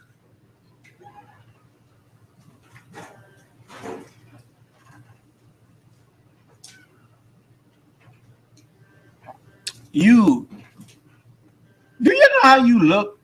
Run around here trembling at somebody who got a few rocks in their pocket talking about what they're going to do to somebody. These people ain't going to be around much longer because they doing something that Allah commanded not to be done, which is killing people. And he loves not the aggressor. And soon he will put a stop to them. I told you, stop fearing these people. You don't have to be afraid of these people.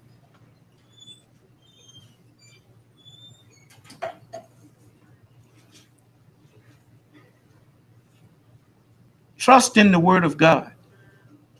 Fear not. Put your nation back together and hold your nation together.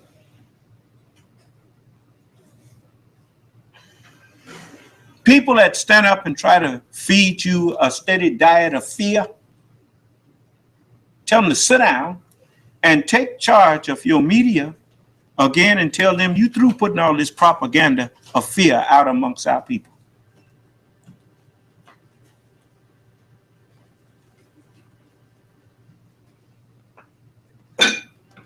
A brave man does not try to frighten you. He don't have to. A truly powerful person does not have to try to rule you through fear. He can afford to be benevolent. And he can give you warning after warning after warning. And only tell you, look, you're going to make me have to do something to you pretty soon if you don't stop this.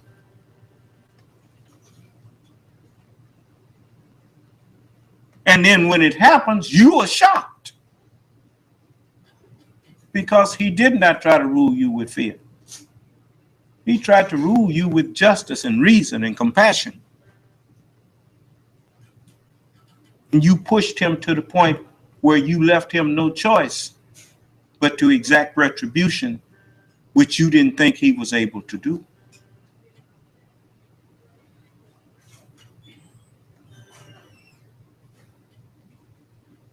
That's why whenever we destroyed a town, their only cry was, surely we were wrongdoers. Can't say that the one that warned you did you wrong. He tried to warn you. You just didn't listen.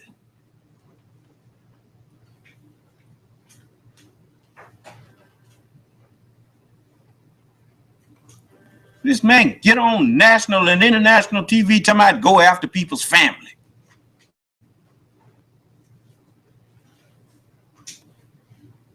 And got a family himself.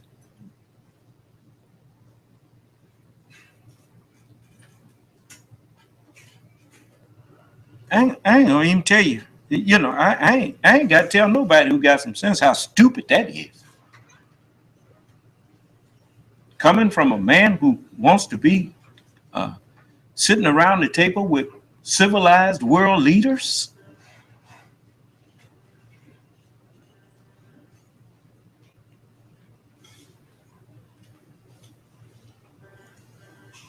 And the media putting him out there.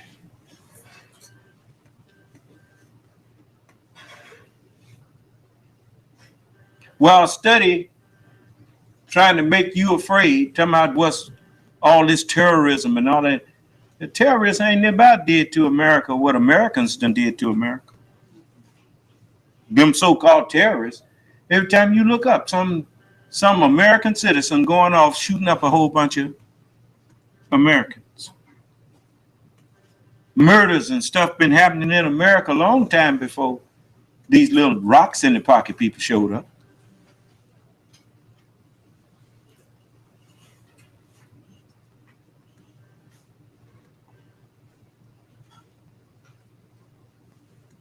So, you know, don't let people frighten you into.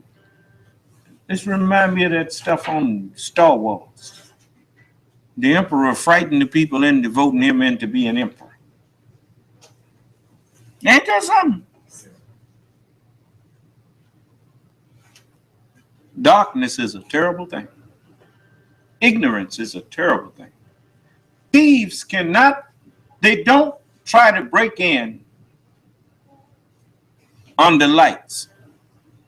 Most thieves, they don't come in there breaking in no place in the daytime.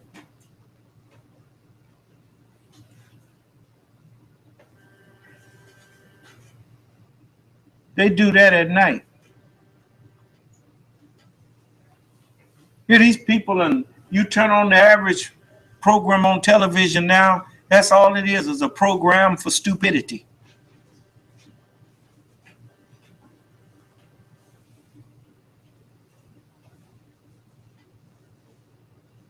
Using one of the greatest tools that there is, using that tool instead of to enlighten people, using it to make people dumb.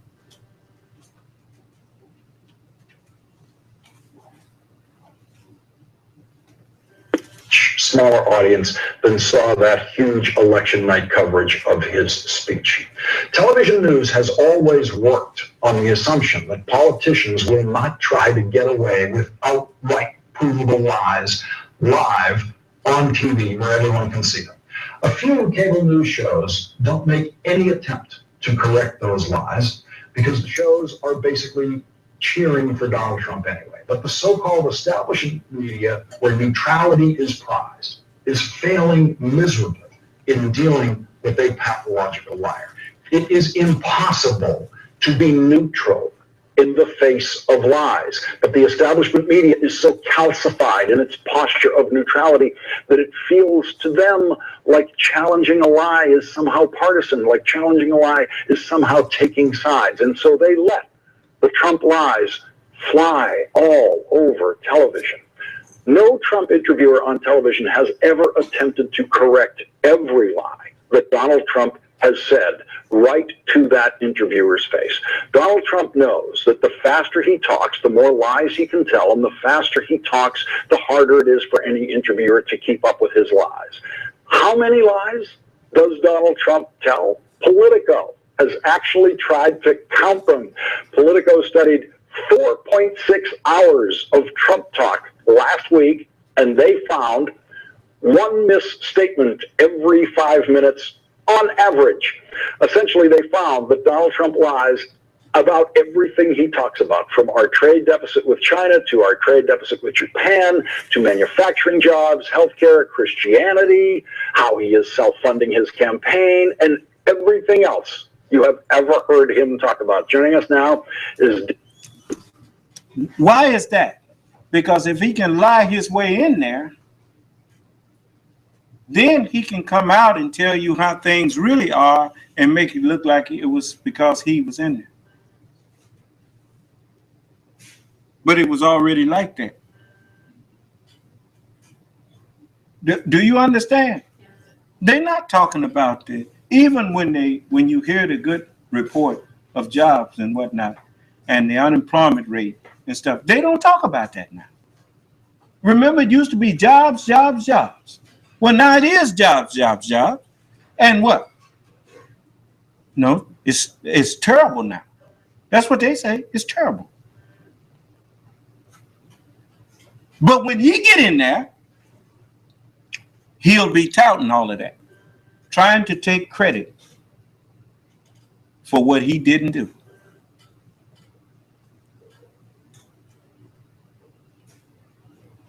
Huh?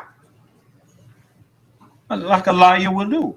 I mean, those are people, you know, they have lawsuits on top of lawsuits in court right now because people stole other people's ideas and tried to pretend it was theirs.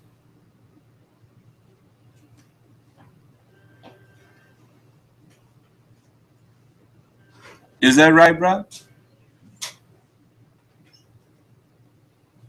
Oh. Mm.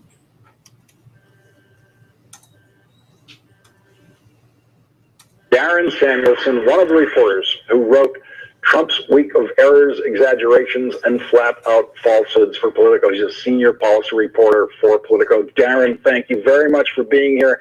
Thank you for doing that hard work of the 4.5 hours of getting through every word. I would point out there, you know, that the once every 5 minutes on average means, I just want some viewers to know, they have experienced him telling 5 lies within 5 minutes, and we're talking about averages. So it's, and sometimes, you know, he talks about his children and his family, and he's not lying much when he does that. So it happens.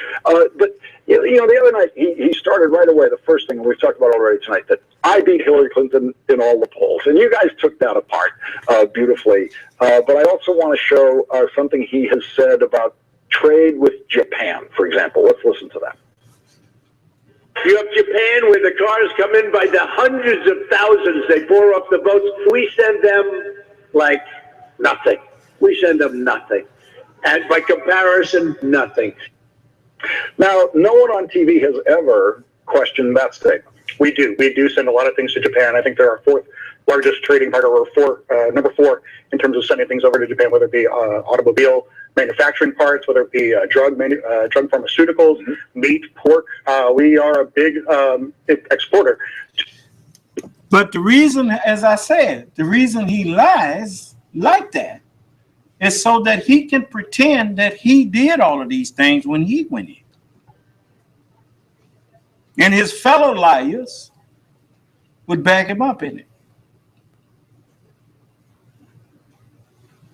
And the real losers is the American people.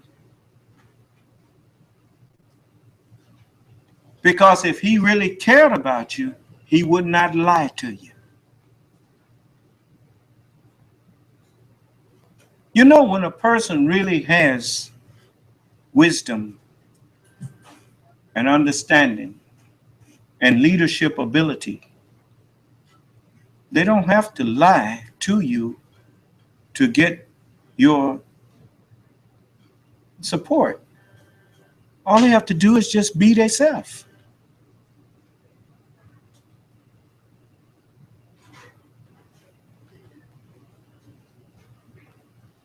But this man come in lying on everybody else. He attributes his nasty attitude and his nasty habits. He puts other people's name on it. Just like he say, what he say, lying Hillary, or what do you call her? Crooked Hillary.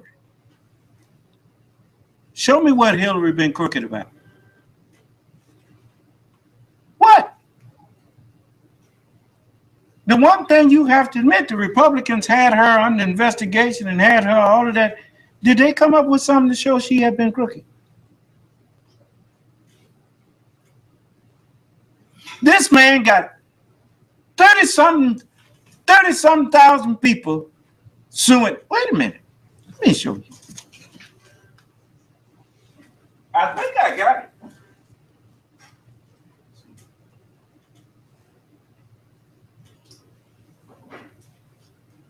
I might be able to find it.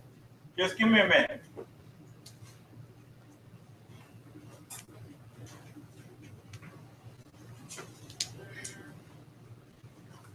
I'm gonna try to get this here.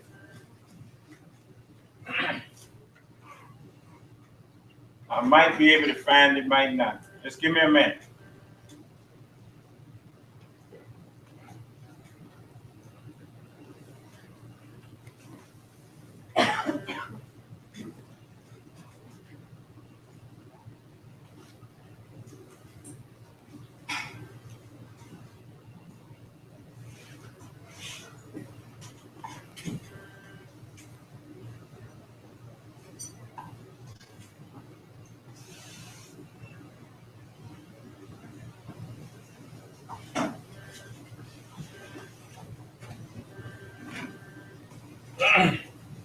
I think this is it.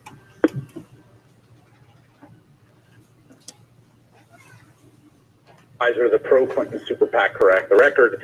Jennifer, what is your sense of the strategic vision of the Clinton campaign in terms of allowing Donald Trump to talk himself into a huge corner vis-a-vis the American public?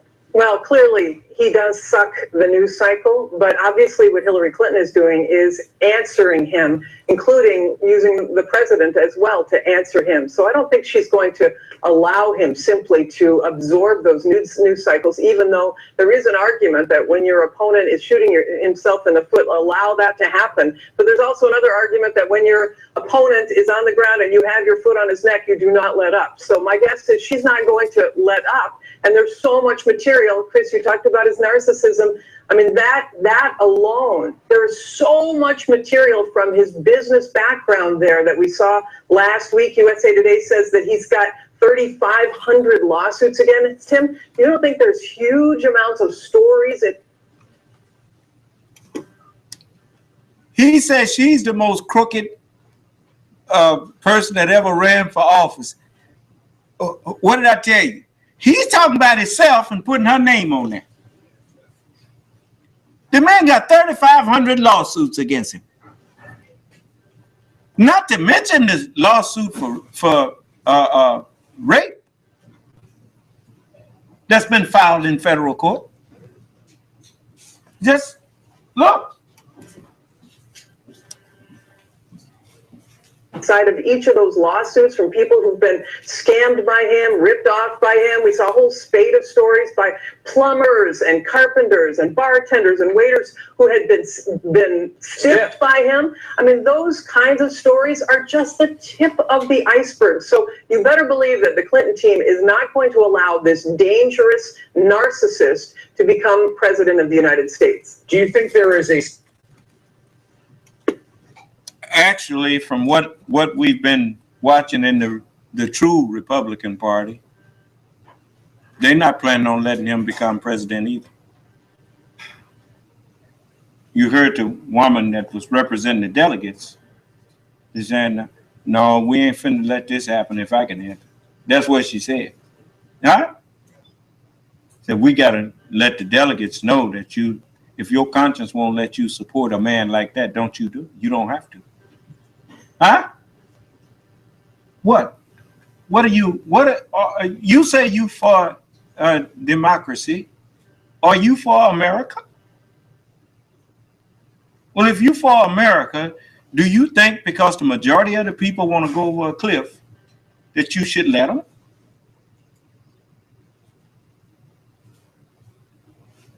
Donald Trump has already shown you he don't care nothing about the Constitution. When they reminded him that you talking about banning people based on religion, that's against the Constitution. Well, did he care? Well, if you don't respect that document, how are you going to be president? When that's the document you got to swear to uphold.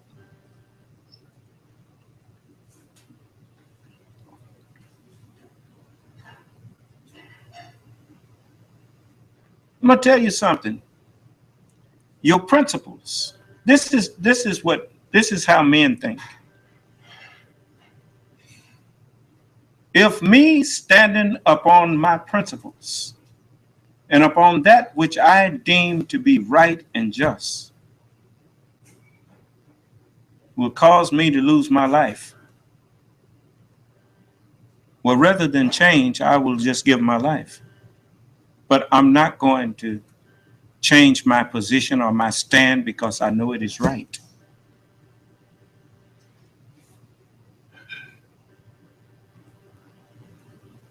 I'm not an animal. Self-preservation ain't the first law of nature with me. Obedience to God and what is right. That's my law. That's what I live by. Surely my prayers, my sacrifices, my life, and my death is all for Allah. Not for self-preservation. Who has the greater right over me? Myself or my Creator? If you decide to go tear that car, if it could talk, if you made the car, what right has the car to be accusing you of anything if you are its maker? That's why your body does not refuse any instruction that the mind gives it.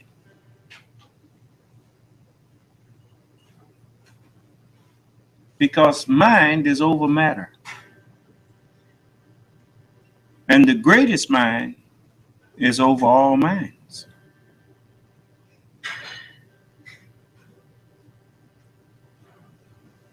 So, here this man don't realize that the Constitution is the backbone of America. The Constitution is what makes America what it is. If you're going to throw that away, you have no America no more.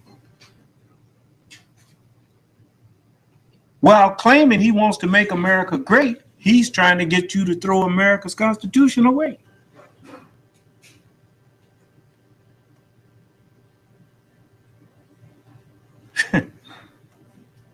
That fool about close as he needs to be to the White House when he went to Scotland.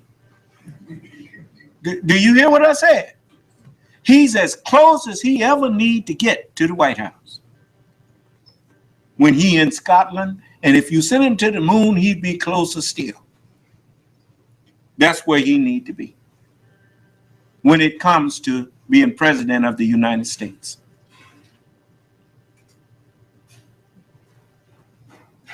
He's shown that he's a crook in business and pats himself on the back for saying he's the king of debt. All right? I'm just telling him. This is what you get with him. That Governor Granholm got his number. He said the man is 3,500 lawsuits against him. 3,500, man. That's one of them class action deals, ain't it? And I don't even know if they're class action. They may be individual. He done messed over so many people.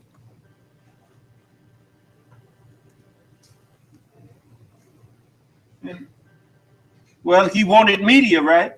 He getting it now, ain't he? Okay. He said it's all good. He said it's all good. Didn't he? I wonder if he's going to feel that way when they get through pulling the cover off of it.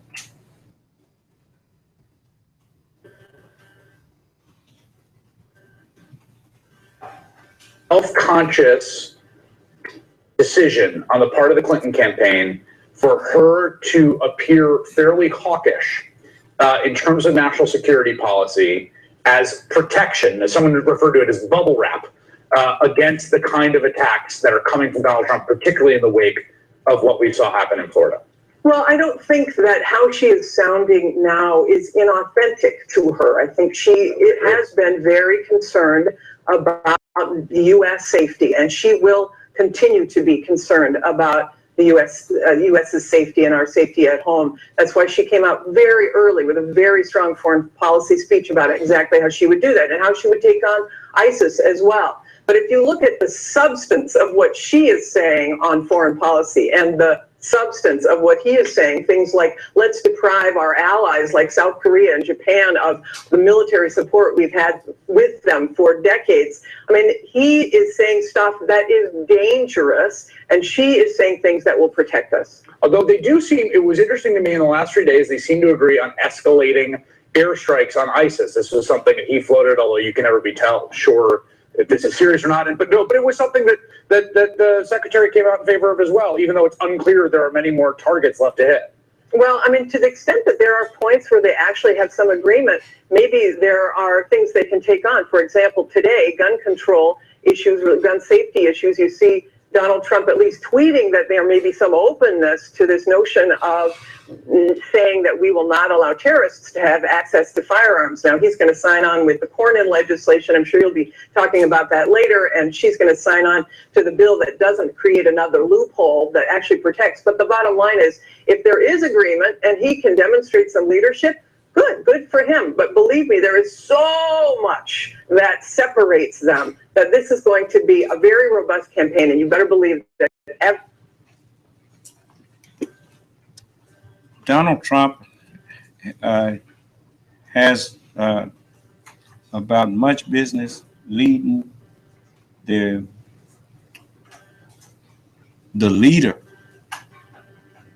leading nation of the free world as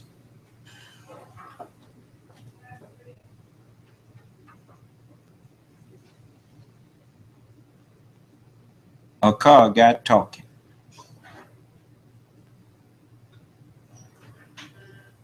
If you see somebody outside talking to a car, what would you think of?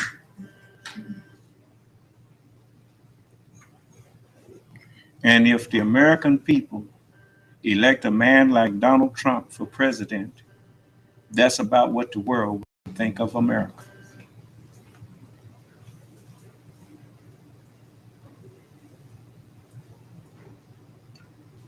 Someone would know that something is not right in your head for you to be out there talking to a car.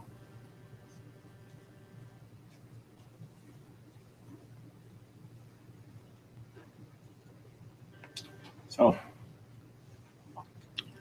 there's so many things that done just crazy. Anyway, let's get back to the scripture here. I don't spend enough time on that for now.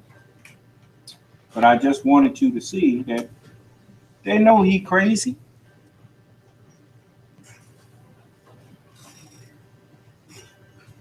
You know, I mean, I would say something else, but I'm going to leave it alone. Because, you know, I just can't believe, anyway. Let's go to the 15th chapter of the Holy Quran. And it says, I'm starting at the first verse. Man, I didn't know it was this late. In the name of Allah, the Beneficent, the Merciful, I, Allah, am the seer. These are the verses of the book and of a Quran, of a recital that makes manifest. You see, where's all sight located at? In the head. The head of every man is Christ. But the head of Christ is God. I, Allah, am the seer. The prophets, they saw, but they, just like your eyes are seers.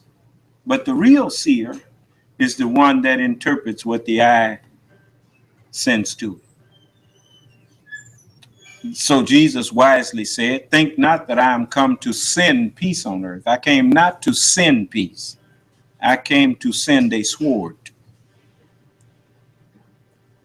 Well, if he came to send something, then He's acknowledging that he's expecting somebody to be able to receive it. He shall receive of mine and shall show it unto you. If I had time, I would go into this with you, but I don't. It's late. It's almost 5 o'clock. So I'm going to stop it there. But I'm the one who sees. This is a recital. It says, these are the verses of the book and of a recital that makes manifest. You see.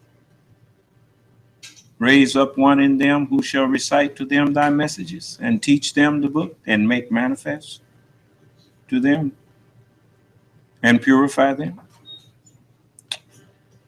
Often will those who disbelieve wish that they was Muslims. You can tell those who disbelieve wish that they was Muslims. They can't stop coming in here, listening, wishing that they could find some fault so that they could justify submitting to who they submitting to. Do you understand? They can't find no fault. It says, leave them to eat and enjoy themselves, and let false hope beguile them, meaning deceive them, for they will soon know. They'll soon understand. And never did we destroy a town, but it had a decree that was made known. Huh? Yeah. And no people can hasten on their doom, nor can they postpone it. And they say, O thou to whom the reminder is revealed, thou art indeed mad. Yeah, I've been called crazy. Why bringest thou not the angels to us if thou art of the truthful? I'm bringing the angels to them. So the angels are sent as they are sent. When the angels are sent as they are sent, we send not angels, but what? But with truth. And have I not been sending the truth to your ear? I'm sending the angels to you. Then it says, we send not angels, but with truth. And then they would not be respited. You are respited until the day when they are raised. Now you're not being respited, because the dead in Christ are being raised and sent to you. Then it says, surely we have revealed the reminder. Yes, surely we have revealed the reminder. And we sent it down fully explained. And now we're revealing the explanation of it to you that was hidden in there. Then it says, and surely we are its guardian. That's right. And certainly we sent messengers before thee among the sects of yore. And there never came a messenger to them, but they mocked him. That's what jealousy and envy do. People try to pretend that they know as much as God's messenger. They out there call themselves teaching somebody. They mock him. How many times have I said to, show me a messenger of God that you ever accepted?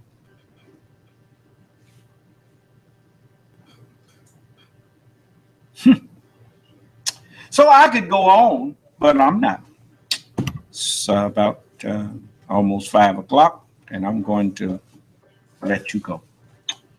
So we will get back into this, if it pleases Allah, tomorrow. And we take you into more depth. So until then, may Allah bless those of us who hunger and thirst for righteousness. May He bless us all with peace and safety in a world gone insane. May Allah's Assalamu alaikum. For conference recording.